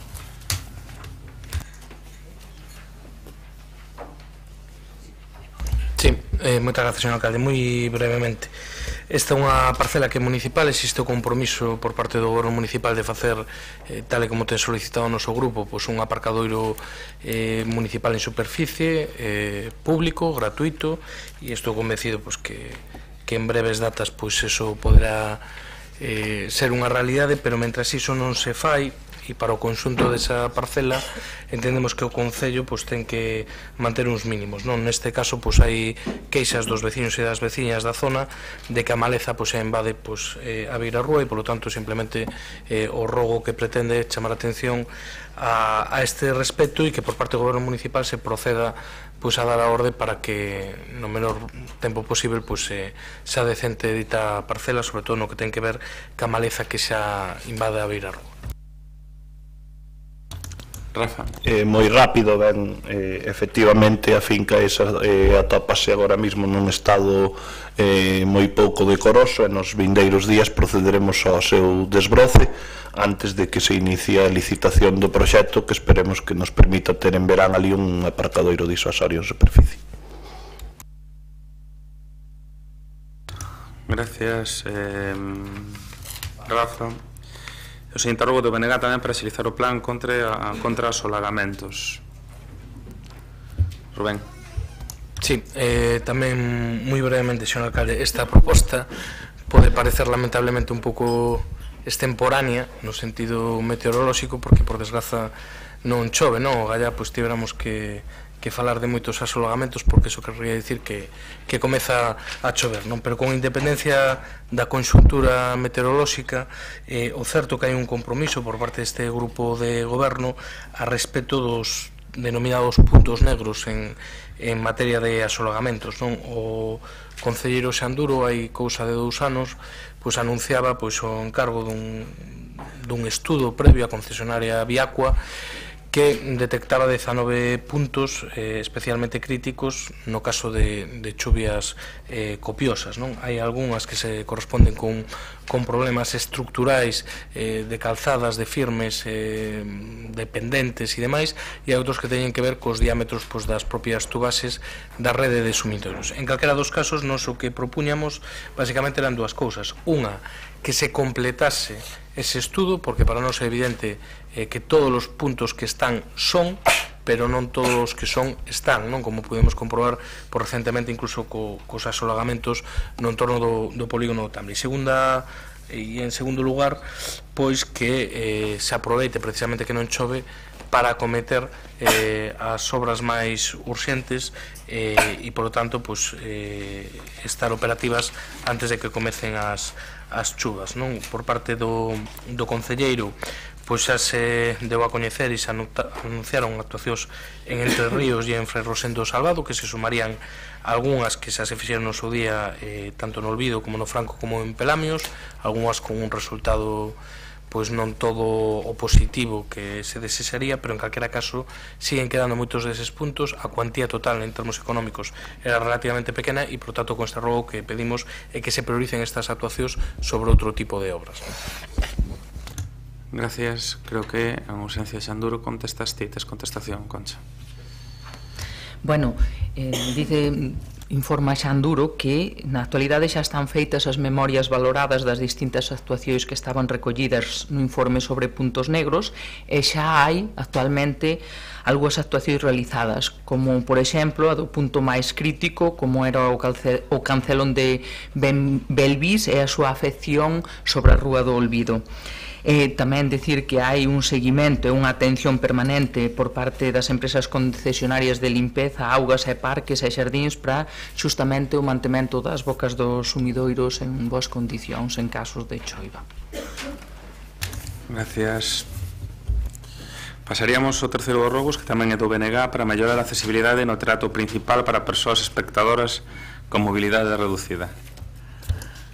Sí, pois hai ben poucos días tivemos ocasión xa de ver os problemas que supón que haxa pois varias persoas en cadeiras de rodas que queren acceder a algún espectáculo desde o teatro principal, sabendo que é difícil espazos como este, que está claro que son complicados, é complicado habilitar un espazo que ten que ser pois próximo ás saídas, próximo ao escenario, que non pode tampouco impedir a mobilidade, mas o certo é que temos que buscar a fórmula para que cando menos non se amplíen o número de persoas en cadeiras de rodas que poidan acceder a estes espectáculos. Entón, o rogo o único que quere dicir é iso, que poidamos, que non se montar problemas cando son varias as persoas que acceden. Eu penso que un mínimo de 3 deberían de estar garantidas cando menos nun espazo como o teatro principal, si queremos ir mellorando en todo o que se refire a accesibilidade. Gracias, Goretti. Branca.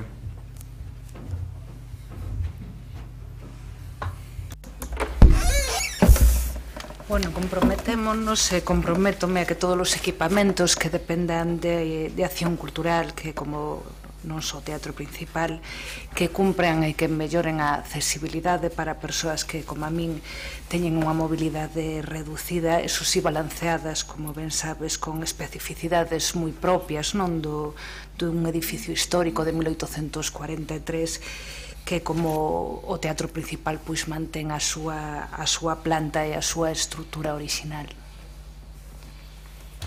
Gracias, Branca. O seguinte rogo do Partido Socialista relativo á solicitude de instalación de luminarias nas sendas do Sar e do Sarela. Gonzalo.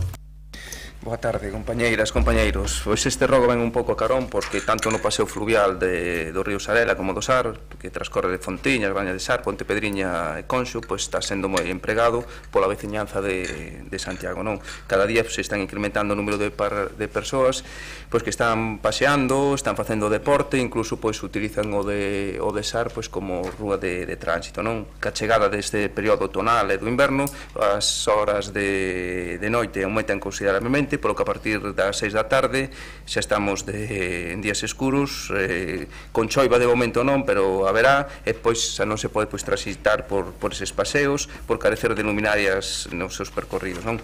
Son moitas as persoas que se dirixiron ao noso grupo municipal reclamando pois a instalación de alumiado público nas dúas zonas. Tamén somos conscientes que é unha zona, un espacio natural, entonces pois que ten que ser unhas luminarias pois adaptadas ao entorno, como así fixemos chegar, non?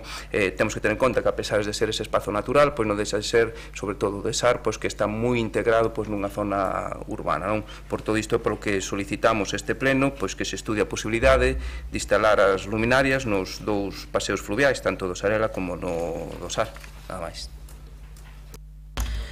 Bueno, entendemos que ambas as dúas zonas son espazos naturais, non parques urbanos. Polo tanto, a instalación de luminarias afectaría e incidiría importantemente no mantemento e mellora das súas cualidades ambientais e de biodiversidade, agás en puntos concretos como o túnel de Pontepereda ou Conxo.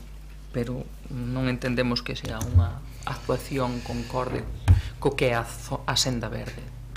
Pero estudiarémoslo, Gonzalo. Sí que estudiaremos, porque pode haber alternativas tamén solares, de enerxía solar. Está preinstalado.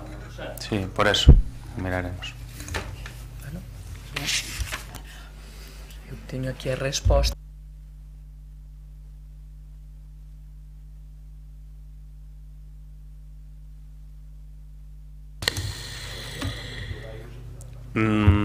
O seguinte rogo do Partido Socialista para instalar tamén, puntos de luz, decía, estamos repetindo, nos accesos ao campo de fútbol e vestiarios de Conxo. Pois veño de farolero aquí. Bueno, pois isto é dentro do campo de fútbol de Conxo, que foi reformado, como se lembrará, a obra foi entregado ao Concello en xuño de 2016. Pois as familias dos rapazas que utilizan esta instalación pois veñen denunciando falta de puntos de luz nos seus accesos, así como os vestuarios, unha carencia que se fai especialmente notaria pois a partir do cambio de horario, non? A perigosidade provocada pola ausencia do alumeado público pois se fixo máis patente días atrás, cando un neno, pois, eso, nunha arqueta, cortouse, tivo un esguince, pois, debido precisamente a esta falla de visibilidade. Estas demandas xa foran recollidas polo noso grupo en setembro de 2016, a vista das queixas das familias dos rapaces, pois, solicitamos eso, que se levan a cabo pois, as actuacións pertinentes para que a maior brevidade posible pois, instalen eses puntos de luz para poder ir hasta os vestuarios e máis o campo de fútbol. Gracias. Gracias, Gonzalo. Noa. Hola, boa tarde. Pois a finais deste mes empezamos ca hora a iluminación da entrada ao campo de fútbol de Conxo. Gracias. Gracias, Noa. Pasaríamos ao sexto, que é o rogo do Partido Popular sobre o incremento de seguridade cidadá no barrio das Fontiñas. Don Claudio. Buenas tardes a todos.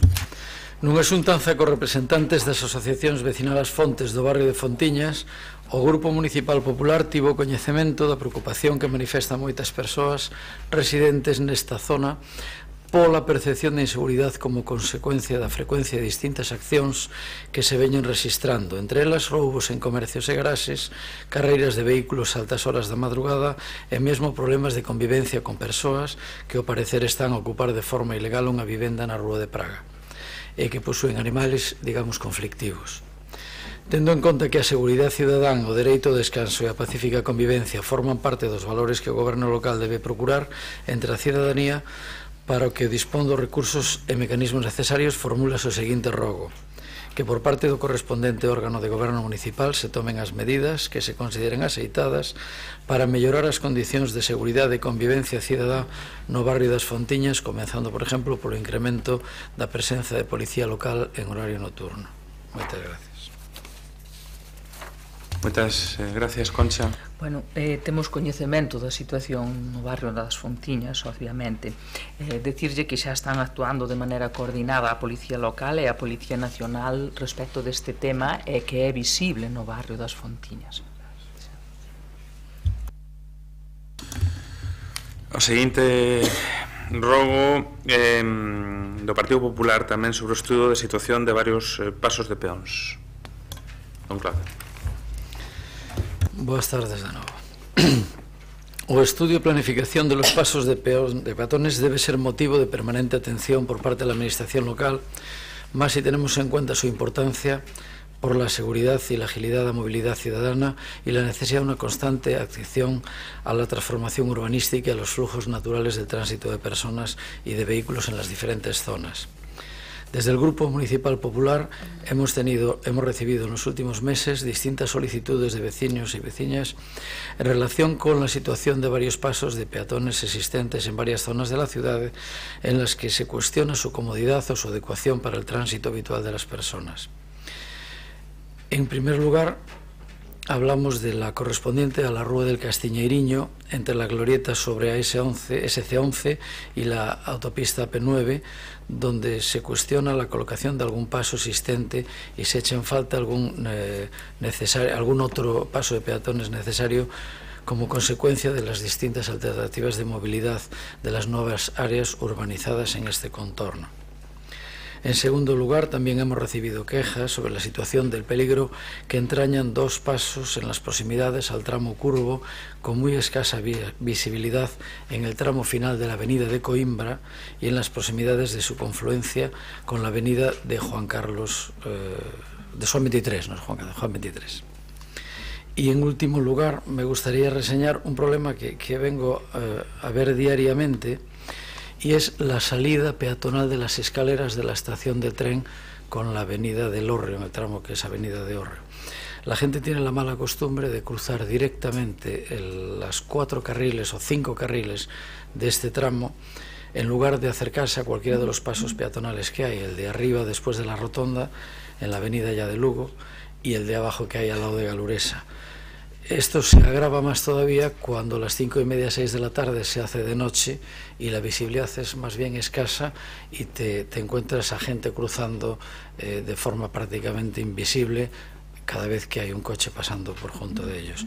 Sé que puede ser complicado, pero habría que buscar alguna alternativa, o bien de cerrar la acera en ese punto, evitar el cruce, o bien habilitar algún tipo de modificación de algún paso de peatones o paso encauzado de uno al otro lado entre la salida de las escaleras y la calle Manuel Murguía para dar algún posible juego de circulación peatonal, porque aunque los concellos proponen, el peatón dispone.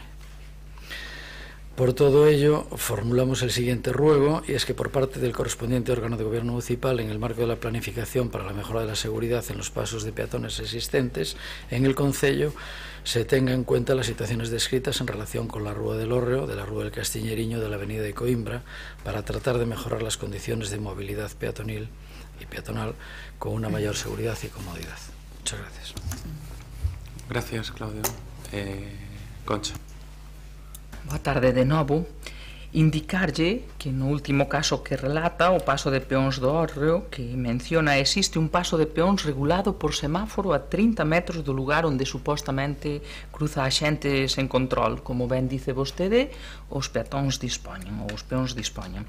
Sobre os outros dous mencionados, o de Coimbra e o de Xoán 23, Coimbra, Xoán 23 e Castiñeiriño, revisaránse, a pesar de non ser considerados particularmente problemáticos pola policía local ou os técnicos do Servizo de Tráfico. Gracias, Concha. E o último dos robos é do Partido Popular sobre o afirmado dunha lousa na marxe da Rúa dos Castiñeiros, a beira da Igrexa de San Francisco. Hola, boa tarde. O rogo que estamos a facer dentro do Grupo Municipal Popular é na beira rúa que está na Rúa dos Castiñeiros, arriba de todo, hai unha lousa que está bastante floja. Cal é o problema? Xa non só que un poda tropezar ou caer, senón que abaixo hai como un burato enorme que pegado ao convento de San Francisco. Por lo tanto, se acaba cedendo esa losa, pode caer alguén con unha distancia, o sea, con unha altura bastante considerable.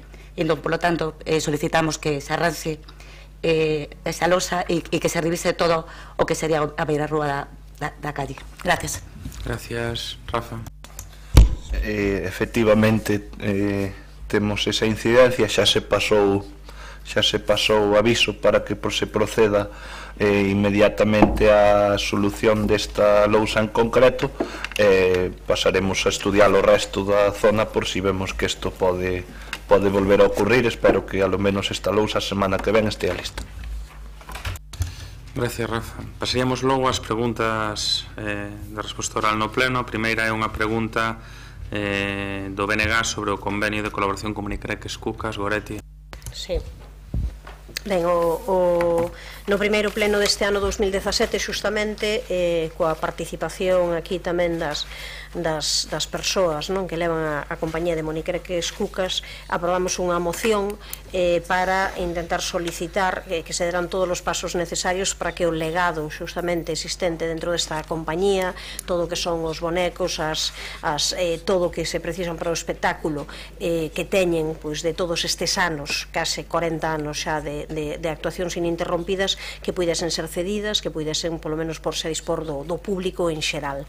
Ben sei que cando se fixo ese debate que se falaba da imposibilidade de que iso fose abordado única e exclusivamente por unha administración, que puidesen entrar varias administracións a formar parte desa axuda, mas o certo é que o Concello, como parte máis implicada, e unha vez que isto se aproba por unanimidade, é a que ten que dar os primeiros pasos, comezar a traballar e colaborar e non agardar, digamos, a que haxa unha planificación de conxunto, senón xa ir mirando cales poden ser eses espazos, en que consisten, e comezar a cabo o ano e queda o momento de avaliar, como nos parece lóxico, preguntar que trámites se realizaron a este respecto para poder iniciar ese convenio de colaboración e poder facer que finalmente poida haber unha musealización, unha exposición, unha difusión do importantísimo legado da compañía tan vinculada a Santiago de Compostela.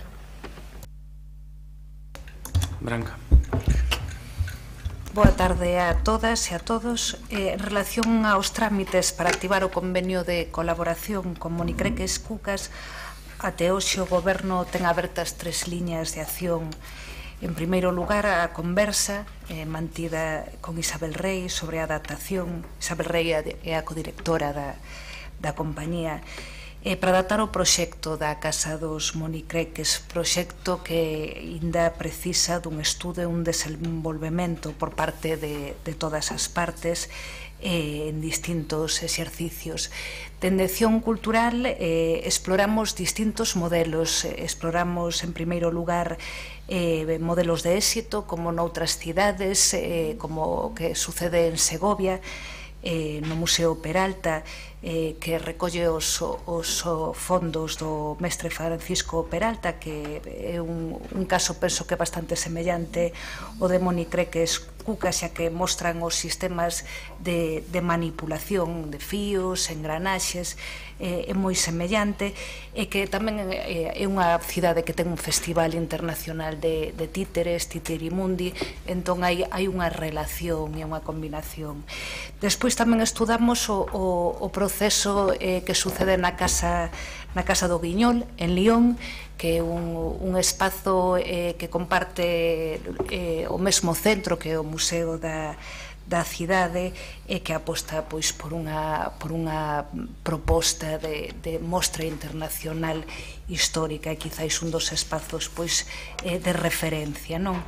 En relación ás outras dúas liñas, xa no eido da activación interinstitucional, presentamos unha moción no pleno da Diputación Provincial da Coruña, no que chegamos a acordo, eso sí, pendente de presentar un convenio de cesión coa compañía, e tamén pendente da correspondente detalle de orzamento da musealización futura, non? Eso si, mirando cara ao futuro, xa falamos cando foi a primeira presentación deste tema, acreditamos tamén en conversas co Consorcio nunha liña máis amplia para acoller os legados de artistas históricos que están en situación de urxencia, como a colección familiar tamén do pintor Carlos Maside, de Monicreques Cucas, xa que somos todas as administracións da cidade plenamente conscientes da urxencia de atender estes legados que están en mans dos propios artistas ou das familias, e que precisan un apoio urxente e coordenado das nosas administracións. Entón, no vieiro de atopar un espazo común para atendelos, seguiados pola idea de que, guardando a memoria dos artistas... Tens que ir rematando, Branca. Sí, para os non, además marquei mal, porque marquei 2, pero son 3 minutos. Son 3 minutos. Por eso minutos. digo, sí, ahora as preguntas son 3, non son 2. 3 e hai dereito a quenda 1-1, pero non o sinalei o inicio das preguntas, segui mantendo os tempos dos raos. Pero acaba de rematar o terceiro minuto, entón vai rematando, logo tedes un minuto de contrarréplica se alguén o quere utilizar. Bueno, seguindo, pensamos que no Vieiro de atopar un espazo común para atender estes legados históricos, queremos provocar a recuperación dunha idea máis amplia e queremos facer un estudo que viabilice a creación dun museo das artistas e dos artistas da cidade. Así desenvolveremos nos próximos meses, vencellado o Ano Europeo do Patrimonio, este estudo para lograr no futuro un lugar de referencia que asuma estes legados. Goretti, queres utilizar? Sí, moi rápido. O único é deixar constancia da necesidade de que este tipo, xa sabemos que este tipo de proxectos levan moito tempo. Todo o que se refire á cesión de patrimonio, musealización, búsqueda de espazos, logo mirar como se poden ter abertos, como non. Isto leva moito tempo, o que non nos gustaría, evidente, que se chegue o 40 aniversario con isto sin facer cando foi aprobado en tempo e forma. Por iso, que era bo que de cara a 2018 os avances nesta liña nos primeiros meses de 2018 foran importantes, que non se, senón, pois ao final non podemos chegar a 2019 con unha situación semellante. Iso é preocupante, non?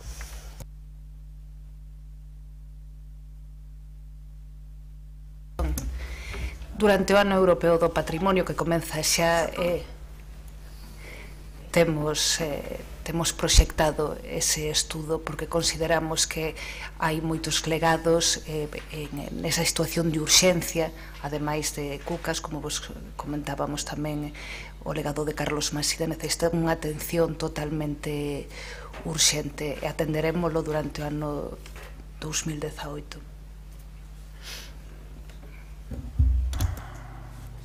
Non sei se me gusta moito isto 3-3-1-1. Digo pandar aquí co ordenador.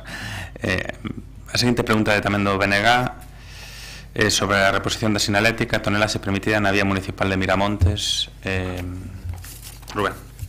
Sí, moi brevemente, señor alcalde, porque esta é unha iniciativa que está encadrada nunha batería de propostas que o Bloque Nacionalista Galego está realizando aquí no marco do Concello de Santiago, pero tamén no Parlamento de Galiza e incluso no Parlamento Europeo a respecto do vertadoiro de Miramontes. Esta en concreto é unha pregunta que nos fixo chegar a propia veciñanza e os integrantes da plataforma de afectadas e afectados por este vertedero de Miramontes, e que ten que ver con un sinal que había limitativo do tráfico rodado superior a 5 toneladas e media nunha vía municipal de acceso a este vertedoiro, que no seu día desapareceu e que non se repuxo, e, por lo tanto, é para interesarnos de cal é a previsión do goberno municipal ao respecto. Gracias. Rafa. Vou exercer de Xam por un momento.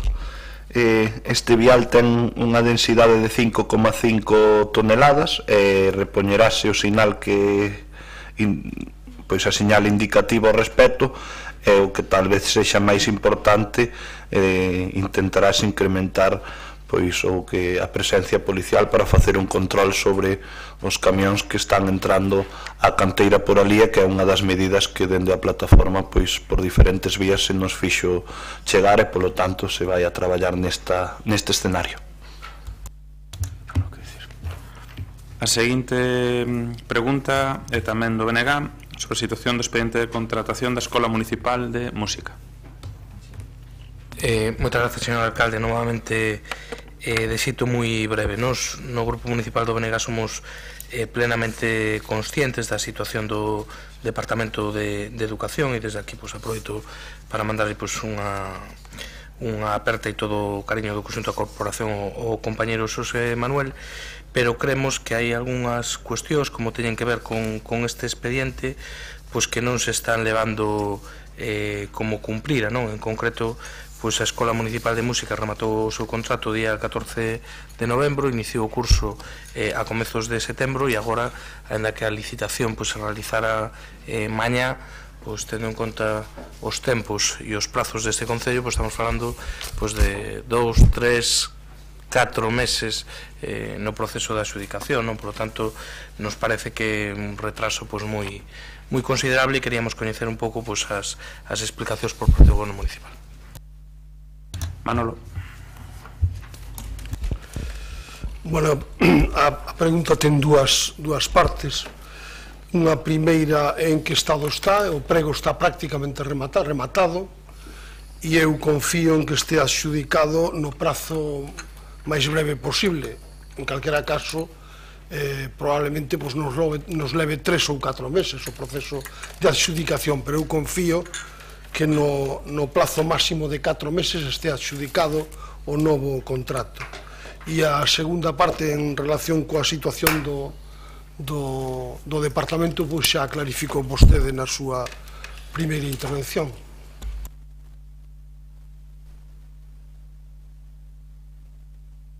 A seguinte pregunta do Partido Popular sobre os motivos de falta de previsión para o reforzo do servicio de limpeza en determinados lugares e datas. Teresa. Bueno, no es la primera vez que tratamos sobre limpieza en este pleno. El concepto de limpieza seguro que es subjetivo y seguramente el Gobierno igual piensa que todo está como siempre. Pero lo cierto es que muchos ciudadanos perciben, seguro que todos no son votantes del PP, como decía Rafa antes, que los servicios de recogida de basura y el servicio de limpieza tras determinados eventos se han deteriorado notablemente. No hay más que pasearse una tarde cualquiera por nuestras calles y vemos que hay muchas veces bolsas de basura acumuladas fuera del contenedor. Esto que siempre ha pasado, no voy a decir que no, pero ha pasado en 1 o 2 puntos concretos, se está generalizando. Yo ayer, por ejemplo, vi un montón de sitios. La misión del Gobierno no es, lógicamente, meter la basura en el contenedor, sino vigilar, advertir y, en su momento, si es necesario, sancionar. Amén de que algunos contenedores que están sin pedal y con las alturas que tienen hacen que las personas mayores o con dificultades de movilidad no puedan, sea imposible que metan la basura en el contenedor. Pero claro, ¿cómo va el Concello a vigilar o a reprender a los ciudadanos si cuando hay un evento singular al día siguiente no se ha molestado en limpiar, ¿no? Hay 2 ejemplos muy recientes. El 1 de noviembre, festividad de Todos los Santos, muchas personas a la mañana siguiente se encontraron en el ensanche, en el casco histórico, y supongo que los demás barrios también, yo no lo sé, que las calles estaban llenas de basura. Y estuvieron llenas de basura bastante tiempo durante la mañana. El 12 de octubre, los que paseaban por el Parque Eugenio Granel se encontraron también que el parque estaba lleno de basura, y estuvo lleno de basura toda la mañana. Yo supongo que todos sabemos ya que el Halloween, o como lo quieran llamar, se ha incorporado al calendario de fiestas juvenil, no lo sé, yo supongo, porque yo por lo menos como tengo hijos, bueno, lo sé, pero creo que la mayoría de gente ya lo sabe. Entonces, sin quitar la responsabilidad a los ciudadanos, que esto no hay que quitarla nunca, que son los que están obligados a cuidar y a no ensuciar las calles, pues todos sabemos que tras un evento festivo es necesario tener un operativo especial de limpieza. Por eso nuestra pregunta es si vamos a seguir sin planificación o si una vez por todas nos vamos a sentar o se va a sentar el Gobierno con la concesionaria para planificar una limpieza especial pues después de estos eventos. Nada más. Rafa. Dúas cousas. Por un lado, compartimos creo que a necesidade que temos como Concello de mellorar a vixiancia sobre as contratas, e creo que xa se ten debatido en innumerables ocasións, mais estes 2 días concretos dos que está a falar o Partido Popular, pois creo que non é ou non se axusta de todo á realidade. O motivo polo que a cidade estaba máis sucia do normal na mañán do festivo do día 12 e do festivo do día 1 de novembro, porque dende inicios do contrato no ano 2005 nos festivos, o servicio contratado é de 10 peóns de barrido manual con carrito para casco monumental e ensanche, e inician as súas xornadas laborais ás 10 da mañá ata as 13:15 horas. Ata febreiro deste mismo ano, de feito, ese caso tamén sucedía aos domingos, que os domingos a limpeza iniciábase ás 10 da mañá, mais tras o cambio de horario acordado co comité de empresa, pois os domingos tamén se conta ahora con 5 peóns, pero con horario de 7 da mañán a 1:30. Polo tanto, nese sentido, pois se mellorou, xa que se pasou de 62 días ao ano donde se comenzaba a limpeza pois ás 10 da mañá, agora pois reducirse solo os festivos ordinarios. No vindeiro contrato de limpieza, en todo caso, quedarán equiparados tanto os festivos como os domingos, para que tamén nos festivos ordinarios se poida atender este servicio dende as 7 da mañán e non desde as 10 como ata agora. Sí. El problema es que los contratos, cuando son antiguos, y en este caso el contrato es de 2005, pues ocurre que las cosas, primero, los equipos de limpieza se van deteriorando y también las condiciones y necesidades de la ciudad van cambiando. El problema es que llevamos, creo que 3 prórrogas. El contrato hubiera tenido que terminar en 2014. 2015, y estamos en 2017, y si en abril del año que viene no tenemos contrato, tendremos otra prórroga. Entonces, igual, esto es una cuestión que nos hace pensar sobre la urgencia de por fin sacar este contrato, de lo que hablaremos igual más adelante, nada más.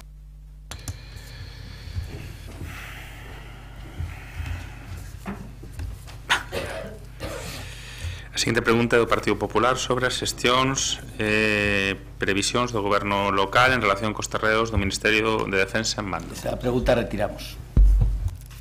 Moitas gracias, Agustín. E a seguinte do Partido Popular sobre as medidas adoptadas para garantir o abastecemento público ante a actual situación de seca. Sí, moitas grazas. A evolución do clima dos últimos días, con posterioridade á presentación desta pregunta, con algunhas xornadas, como é coñecido, de choivas, pode levar a creer que a preocupación pola disponibilidade da auga para o consumo carece de oportunidade e mesmo de sentido nestes momentos.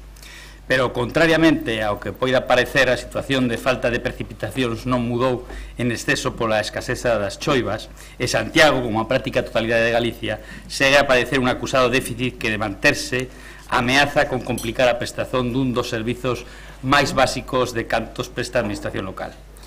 É unha situación da que, sin dúbida, terá coñecemento o goberno local, eso pensamos nós, a través dos informes periódicos da empresa concesionaria do servizo en relación co nivel do recurso. Porque, tal e como referíamos na nosa pregunta, os índices de pluviosidade sitúanse actualmente moi por baixo dos habituais nesta época do ano, e iso está a facer que moitos concellos teñan activado distintas medidas para tratar de optimizar as súas reservas hídricas na procura de garantir o abastecemento á poboación en todo momento. Hai poucos días, os datos ofrecidos polo Observatorio Astronómico da Universidade de Santiago cualificaban o pasado mes de outubro como o máis seco da última década, en definitiva, o máis seco deste século. Sin dúbida, todos coñecemos a singular situación do noso concello, que se abastece directamente do canle do río Tambre e que, a diferenza de outras cidades de Galicia, carece dun sistema de regulación augas arriba que lle permita unha almacenaxe a gran escala de auga para o consumo. Precisamente esta mesma semana de novembro, o nivel de auga do Tambre almacenada ao único encoro do seu curso, situado augas abaixo da toma de Santiago de Compostela, era de apenas un 22% de capacidade total, 7 hectómetros cúbicos, dun total de 31, un 13% menos que o ano pasado, no que estaba o 35%, e un 43% menos que hai 10 anos, cando estaba a algo máis da metade. Esta negativa evolución do caudal podería continuar, e aínda que ata o de agora non se ten constancia de situacións de emerxencia desde o Tambre, desde que existen as instalacións de captación e bombeo no lugar de Marzo de Arriba, iso podería acontecer dando lugar a unha moi complicada situación no caso de manterse esta tendencia no inmediato futuro, posto que, como dixemos, non existe ningún tipo de reserva augas arriba da nosa toma. Por iso, coñecer as previsións e a planificación que ao respecto poida ter o goberno adquire, na nosa opinión, unha importancia clara. E por iso facemos a pregunta que é que, en concreto, que medidas ten adoptado e que operativo ten previsto o goberno local para garantir en cantidade e calidade o suministro de auga potable ao conxunto da ciudadanía no caso de que continue o período de seca nas vindeiras semanas e de cara aos vindeiros meses. Moitas grazas e máis nada. Esta pregunta que tiña Xan, Rafa, vas a contestar? Sí, porque compartimos a preocupación do Grupo Municipal Popular con respecto á situación de seca que se ven a producir no Concello e no país en xeral nos últimos meses, e que está a probar, de feito, a día de hoxe está a provocar incluso problemas de corte de suministro ou falta de, máis que de corte de suministro, falta de abastecemento de auga en algúns núcleos rurais que teñen pois os seus pozos de secos. A partir de aí, tal e como adiantei nunha interpelación anterior, dende o meu departamento vamos a valorar moi seriamente nos vindeiros meses facer un estudio de ver que zonas teñen máis risco de poder non dispoñer de auga e intentar levar o abastecemento e se pode ser tamén o saneamento a esas zonas. Con respecto ao tema da cidade, afortunadamente a día de hoxe, pois salvo algún caso puntual, non se perciben problemas de cortes de auga, digamos, a particulares, aunque sí que xa se empezan a ver síntomas un pouco preocupantes, non? Con respecto ao que depende do Concello, os dous servicios, exceptuando, digamos, os consumos que poidan ter pabellóns e dependencias municipais con maior consumo de auga, son a limpeza viaria e, por suposto, os parques e xardíns, non? Na limpeza viaria suprimiuse o camión cisterna de Baldeo, que consumía uns 30.000 litros de auga polos 6 días semanais que saldía a baldear, e mantense pois unha barredora pequena para o casco histórico e algún outro punto concreto da cidade en función de como vayan ou do seu estado. No referido aos parques e xardíns, estánse a manter un rego coñecido como de pervivencia naqueles puntos nos que a seca ten maior afección sobre a vexetación, moi por debaixo do que se considera normal, que rondaría os 8 litros por metro cuadrado. Eliminouse o rego das praderías máis naturalizadas, que a pesares de semellar secas no mes de agosto, hoxe en día lucen pois vizosas coa pouca choiva que caeu nestes últimos días, e que estáse o proceso de naturalizar a vexetación dos parques para dotalos dunha maior resistencia ás cambiantes condicións meteorolóxicas. No referido á potabilización, a prolongada seca fai que a auga que baixa polo Tambre e que recollemos para a pseudotratamiento da planta ubicada é maior carga orgánica, polo que optouse por reforzar o tratamento con permanganato sódico, mantendo unha calidade da depuración razonablemente óptima. En previsión do mantemento da situación de seca, estáse a valorar distintas medidas para mellorar a captación da etapa do Tambre, como pode ser o aumento da altura da presa que existe actualmente no río Tambre na captación, e desa forma pois poder ter maior capacidade de bombeo. Gracias. Xan, no corpo de Rafa. Moitas grazas pola explicación. A verdade é que, ben, é unha satisfacción ver que o goberno local ten preocupación. Lóxicamente, nós o que desexaríamos é que esta preocupación teña un traslado a feitos. Creemos que sería tamén importante facer un traballo de concienciación, de divulgación á cidadanía, porque non un traballo de pedir aforro ás persoas, unha diagnose tamén. Gustaríame que o concelleiro que vai facer uso da palabra, se o estima, no turno de peche, nos informe ao respecto de se o goberno local ten previsto ou ten redactado o que marca a lei do Plan Hidrolóxico Nacional, que é que unha administración pública que xestiona un abastecemento urbano de máis de 20.000 habitantes, por imperativo legal dunha lei do ano 10-2001, debe de contar con un plan de urxencia para a situación de seca. Gustaríame saber se ese plan está redactado e se pensa o goberno local aplicalo. Lóxicamente tamén solicitaría ao concelleiro que non justificara a non existencia, de ser o caso deste plan, como consecuencia de que tiña que estar feito en 2001, porque xa sabemos que é en 2001, pero vostedes levan no goberno pois 2 anos e medio, e esta situación de seca non ten parangón no pasado. Moitas gracias e máis nada.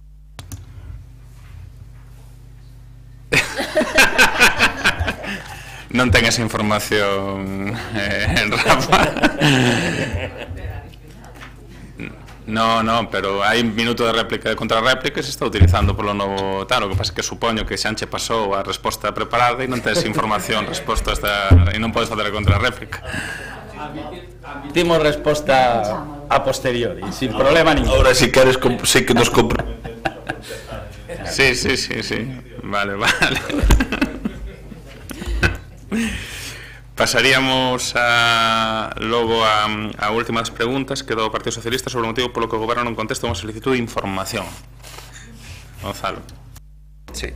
O pasado 7 de setembro, o Grupo Municipal Socialista presentou unha solicitude de información relativa aos gastos aprobados polo Goberno Municipal relativos a imaxe, publicidade, redes sociais e comunicación en xeral, con número de rexistro de entrada 39761. Transcorridos máis de 2 meses en contestación o escrito de referencia e tendo en conta que esta mesma solicitude foi presentada en mandatos anteriores e sempre contestada no prazo establecido no regulamento orgánico do Pleno, é polo que o Grupo Municipal Socialista presentamos a Pleno de Corporación a seguinte pregunta oral. Cal é o motivo polo que este Goberno non contestou a solicitude de información co número de rexistro nomeado anteriormente no prazo establecido no regulamento orgánico do Pleno e cando ten pensado cumprir coa súa responsabilidade de contestar esta solicitude? En sí, pois a solicitude de información xa foi moi detallada, incluso puxemos seus exemplos, o número de empresas, CIF, etcétera, concepto, pois todo o que queríamos, non? Entonces, pois estamos pois agardando pois esta resposta e agallamos pois eso, que o galla pois agora pois realmente pois nos den xa pois esta contestación. Bueno, se debatimos na Xunta de Portavoces que este era unha solicitude de conversión sui generis do Partido Socialista de preguntas escritas en orais. Ainda así creo que tes unha resposta. Non sei se queres tratar, bueno, tratamos logo o que falamos en Xunta de Portavoces sobre as dúas do Partido Popular. Non sei se as queres fazer costar a solicitude de conversión que decidimos hoxe non atender. No, simplemente decir que nos tiñamos unha interpretación, o secretario interpreta de outra forma e nada, agardaremos ao vacatio legis este, ¿no? Que non tenes por que contestar, pero contesto antes. Non estaba enterada sobre o comentado na Xunta de Voceiros, non sabía que era eso de solicitude de conversión, pero bueno, contesto. Bueno, teño que pedir disculpas por non ter contestado en prazo o requerimento solicitado. O motivo débese a que queríamos actualizar o portal de orzamentos de pago a proveedores para que se pudera consultar esta información por parte do Partido Socialista ou de outros grupos municipais, así como de calquera persoa interesada, non? Consultar estes datos ou outros relacionados con pagos que foran de interese. Como sabedes, a mesa de contratación e a adxudicación do servizo de mantemento deste portal retrasouse por cuestións alleas ao Concello. O portal inclúe a execución, os orzamentos, a execución orzamentaria, unha calculadora de impostos e todos os pagos a proveedores. A día de hoxe, este portal de transparencia topase actualizado con todos os pagos de proveedores do ano 2016, que era parte da solicitude que realizaba o Partido Socialista. No portal, que se atopa en orzamentoaberto.santiagodecompostela.gal, podese consultar a través do CIF os proveedores, o número de facturas, o importe, o concepto das facturas, bueno, os datos que solicitaba o Partido Socialista, non? Nos próximos días prevemos actualizar ata o 30 de setembro do ano 2017, que é o último peche que temos das contas. Unha mágoa, non? Eu realmente quería, porque ata incluso o Partido Popular no seu día, por era que solicitábamos un poquinho, pois era esta serie de listados totalmente pois en si actualizado, co número de empresa, conceptos, os importes, non? Pois o gallá, en vez de ter que nos andar teclea, pois esa información pois non veña por parte de goberno, que en si era o que solicitábamos fai máis de dous meses, non? Eso.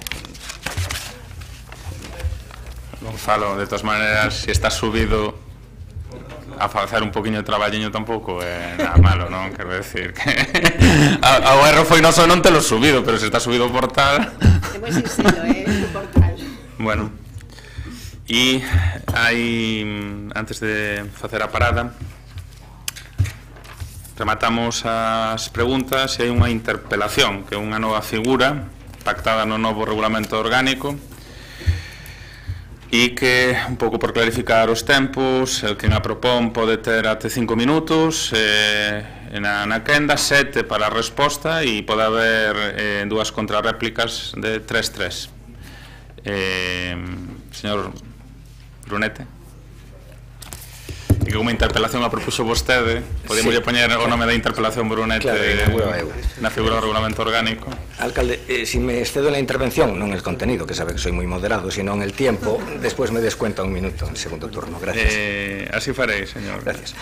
Bien, buenas tardes. Desde hace décadas el Ayuntamiento de Santiago viene desarrollando su actividad y prestando servicios públicos gracias a no pocas empresas privadas. Tal externalización, que no privatización, resulta recomendable para muchas, no para todas, pero sí para muchas áreas y funciones de una organización pública. A título meramente ilustrativo, les recomendaría la lectura de un artículo muy ameno del profesor Puy Fraga que se titula O camión do alcalde. Se trata, como digo, de un ameno y esclarecedor artículo que, aunque referido a un suministro, apunta a las desventajas de integrar en una organización local todos los factores de producción de bienes y servicios, desventajas de la integración y ventajas de la externalización que han sido confirmadas por numerosísimos estudios. Pese a la advertencia de que la integración de muchas actividades en la estructura administrativa constituye, en numerosos casos, no en todos, pero sí en numerosos casos, una pesada carga para esta y para los administrados y contribuyentes, pese a esa evidencia, Compostela Berta concurrió a las elecciones municipales con el propósito prejuiciado y un tanto dogmático de que el presupuesto municipal no quedase bajo las garras de las empresas privadas. Advierto que la mención a que el presupuesto municipal no quede bajo las garras de las empresas privadas es fiel con la literalidad del programa de Compostela Berta. Por momentos tal programa se asemeja a un bestiario medieval con su terrible visión zoomórfica de las empresas privadas e incluso de algún grupo de la oposición. Pero pese a tal propósito de que el presupuesto municipal no quedase por más tiempo bajo las supuestas garras de las empresas privadas, estas han seguido prestando servicios al concello o incluso han seguido gestionando servicios públicos prestados directamente a los ciudadanos. En principio, el Grupo Popular nada tiene que objetar. Reconocemos la aportación de las empresas a nuestro sistema socioeconómico y la aportación a la propia eficiencia de los servicios públicos. En principio, como digo, nada que objetar, si no fuera porque con estos 2 años de Compostela Berta se perciben 2 anomalías en lo referente a la cobertura temporal de los contratos de servicios o de los contratos de gestión de servicios. Así, o bien se prorrogan los contratos acríticamente, indiscriminadamente, o bien no se reacciona ante el previsto vencimiento y se permite que la prestación continúe sin contrato. Respecto a la primera anomalía, cabe señalar que prorrogar un contrato, conforme a las previsiones del pliego, es legal, pero puede ser una pérdida de oportunidad.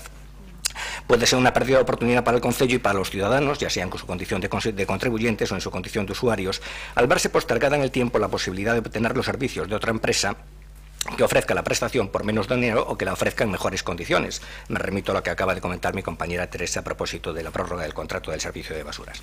Un ejemplo grave de los perjuicios que se puede ocasionar con una prórroga lo encontramos en el caso del servicio de ayuda en el hogar.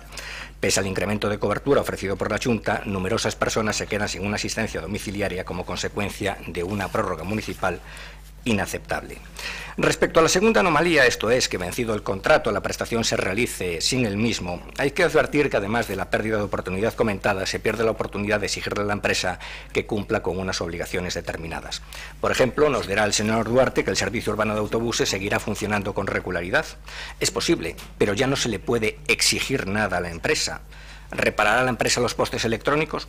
Bueno, ya veremos, pero lo cierto es que nada se le puede exigir. Y no nos diga, señor Duarte, que hay título legítimo para exigirles nada, no lo hay. La prórroga forzosa prevista en el pliego venció a mediados de noviembre y no hubo ningún acuerdo posterior.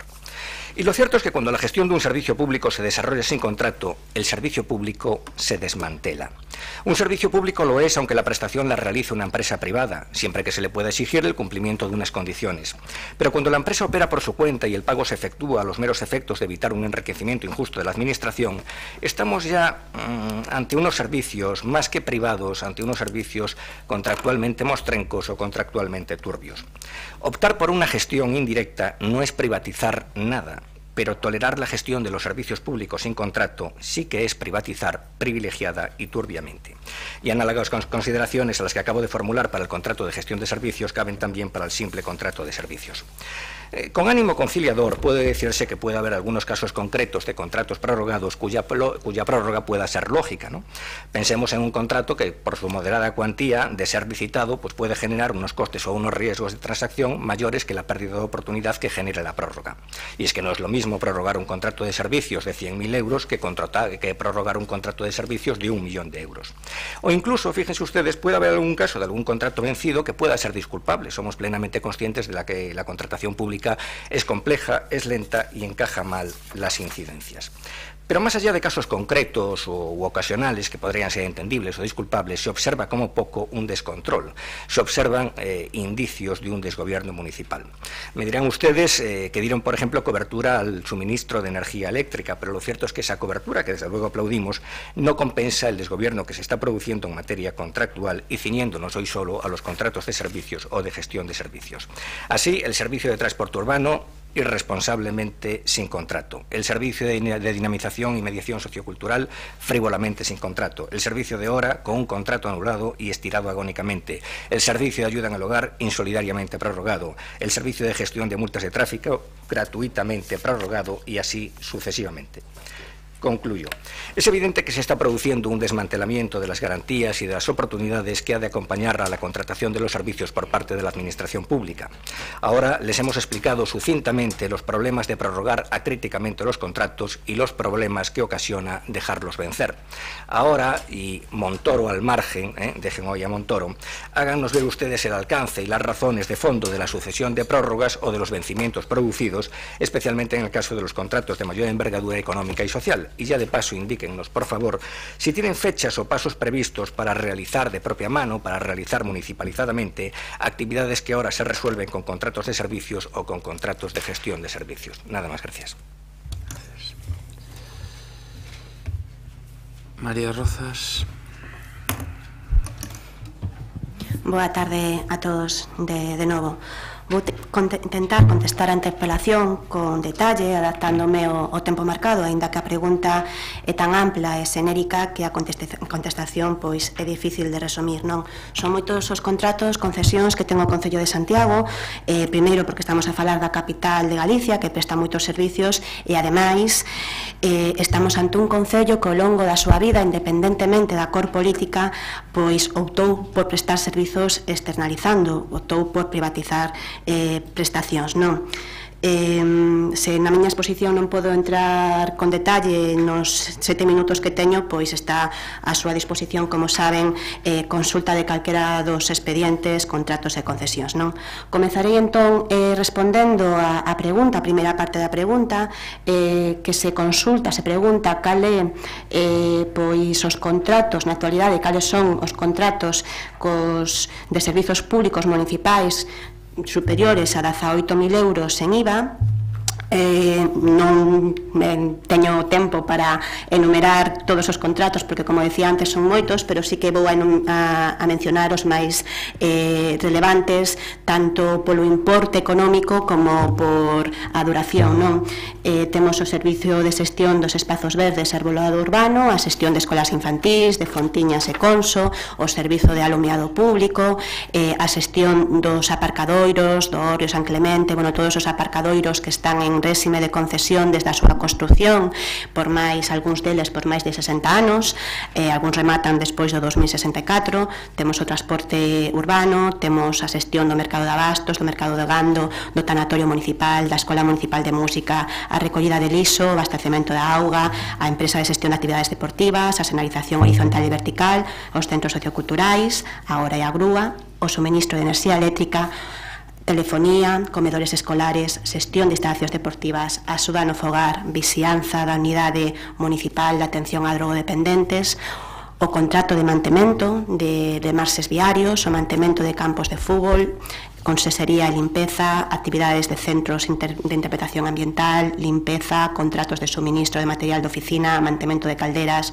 bueno, podería continuar, non? Non me darían os 7 minutos. Creo que estos son os máis relevantes. Cales están a prestarse en contrato, como indicaba o Partido Popular? Pois existe unha prórroga tácita nalgúns dos contratos, non? Xa foron mencionados a hora e a grúa, que foi anulado por sentencia judicial a adjudicación, outros contratos que están en licitación, como pode ser o servizo de dinamización de centros socioculturais e a escola infantil da Salguiriños, ambos en licitación e cunha previsión de adjudicarse pois en breve, non? Temos tamén, pois, en contrato, como se mencionou antes, a Escola Municipal de Música, con todas as complicacións actuais do departamento da que somos coñecedores e coñecedoras todos. Ao mesmo tempo, a min gustaríame destacar na miña intervención que os contratos que se sacaron destes 2 anos e medio son en torno a un 70% dos contratos que remataban estes anos e que había posibilidade de licitar, noutros decidiuse realizar unha prórroga tal como está establecido pola lei, non? Asimismo, procedimos por parte da equipa de goberno a regularizar moitos outros contratos que existían no Concello, non contratos, moitas outras prestacións de servicios que existían no Concello que non tiñan contrato, non? E que sempre eran obxecto de levantamento de reparo por parte do alcalde. Estou a falar do servizo de suministro de enerxía eléctrica, un coste anual de máis de 3 millóns de euros que na historia do Concello de Santiago nunca tivera contrato e que foi adxudicado e regularizado neste 2017. E podo dar outros exemplos como o mantemento de calderas, tamén sempre sen contrato, contratos de suministro de material informático ou mantemento de diferentes aplicacións informáticas. Outra decisión que tomamos tamén para simplificar as tramitacións administrativas e mellorar na prestación dos servicios foi optar por contratos plurianuais, non de forma que contratos que inicialmente tiñan unha duración dun ano e que anualmente volvíase a iniciar todo o proceso administrativo co traballo que iso supón, o esforzo que iso supón, ademais nun concello cun acusado déficit de persoal, pois agora son contratos de 2 anos, como por exemplo luces de Nadal, comedores escolares ou pista de SEO, non? Sen dúbida é unha mellora administrativa que facilita a execución destes contratos e que permite ademais unha tramitación administrativa máis eficiente. En relación de cales prevemos que sexan xestionados directamente, estamos, como é coñecido por todos, á espera da resolución do Servizo de Grúa e Hora, que aquí neste pleno aprobamos o inicio da súa remunicipalización, e tamén sempre mostramos a nosa vontade de prestar directamente o servizo de auga, entendendo que é un servizo esencial, básico e sensible. Actualmente estamos co traballo de auditorías para ver diferentes posibilidades. E desome para a seguinte intervención. Alejandro, 2 minutos na última quenda. La verdad, señora Rozas, es que no ha explicado usted las razones, porque ese era el motivo esencial de la interpelación, las razones de por qué se han producido las prórrogas o de por qué se han producido los vencimientos. Eso es a lo que nos estábamos refiriendo sustancialmente. El porqué de tantas prórrogas, que son pérdidas de oportunidad, y el porqué de tantos vencimientos, que generan una enorme inseguridad jurídica y también, consiguientemente, al igual que las prórrogas, otra pérdida de oportunidad. La verdad es que usted no ha respondido a una situación que lo es de negligencia y que además en el caso de ustedes lo es de incoherencia, porque como decía en mi primera intervención, ustedes dijeron que venían a liberar los presupuestos municipales de las garras de las empresas privadas, pero al final entregan ustedes una millonada de los presupuestos municipales de una manera gratuita y sin obligaciones a las empresas privadas. Dijeron ustedes que venían a liberar los presupuestos municipales de las garras de las empresas privadas y al final, señora Rozas, se dedican ustedes a hacerle la manicura y la pedicura a las empresas privadas. Nada más, gracias.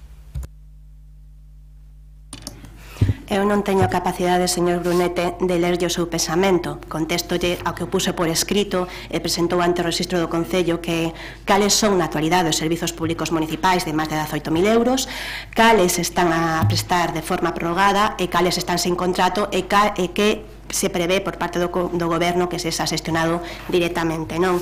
É o que di a pregunta, pero, perdón, se me deixa continuar, pero ademais, se queremos falar de incoherencia, creo que non hai maior incoherencia que vostedes mesmos traen esta interpelación aquí este pleno, non?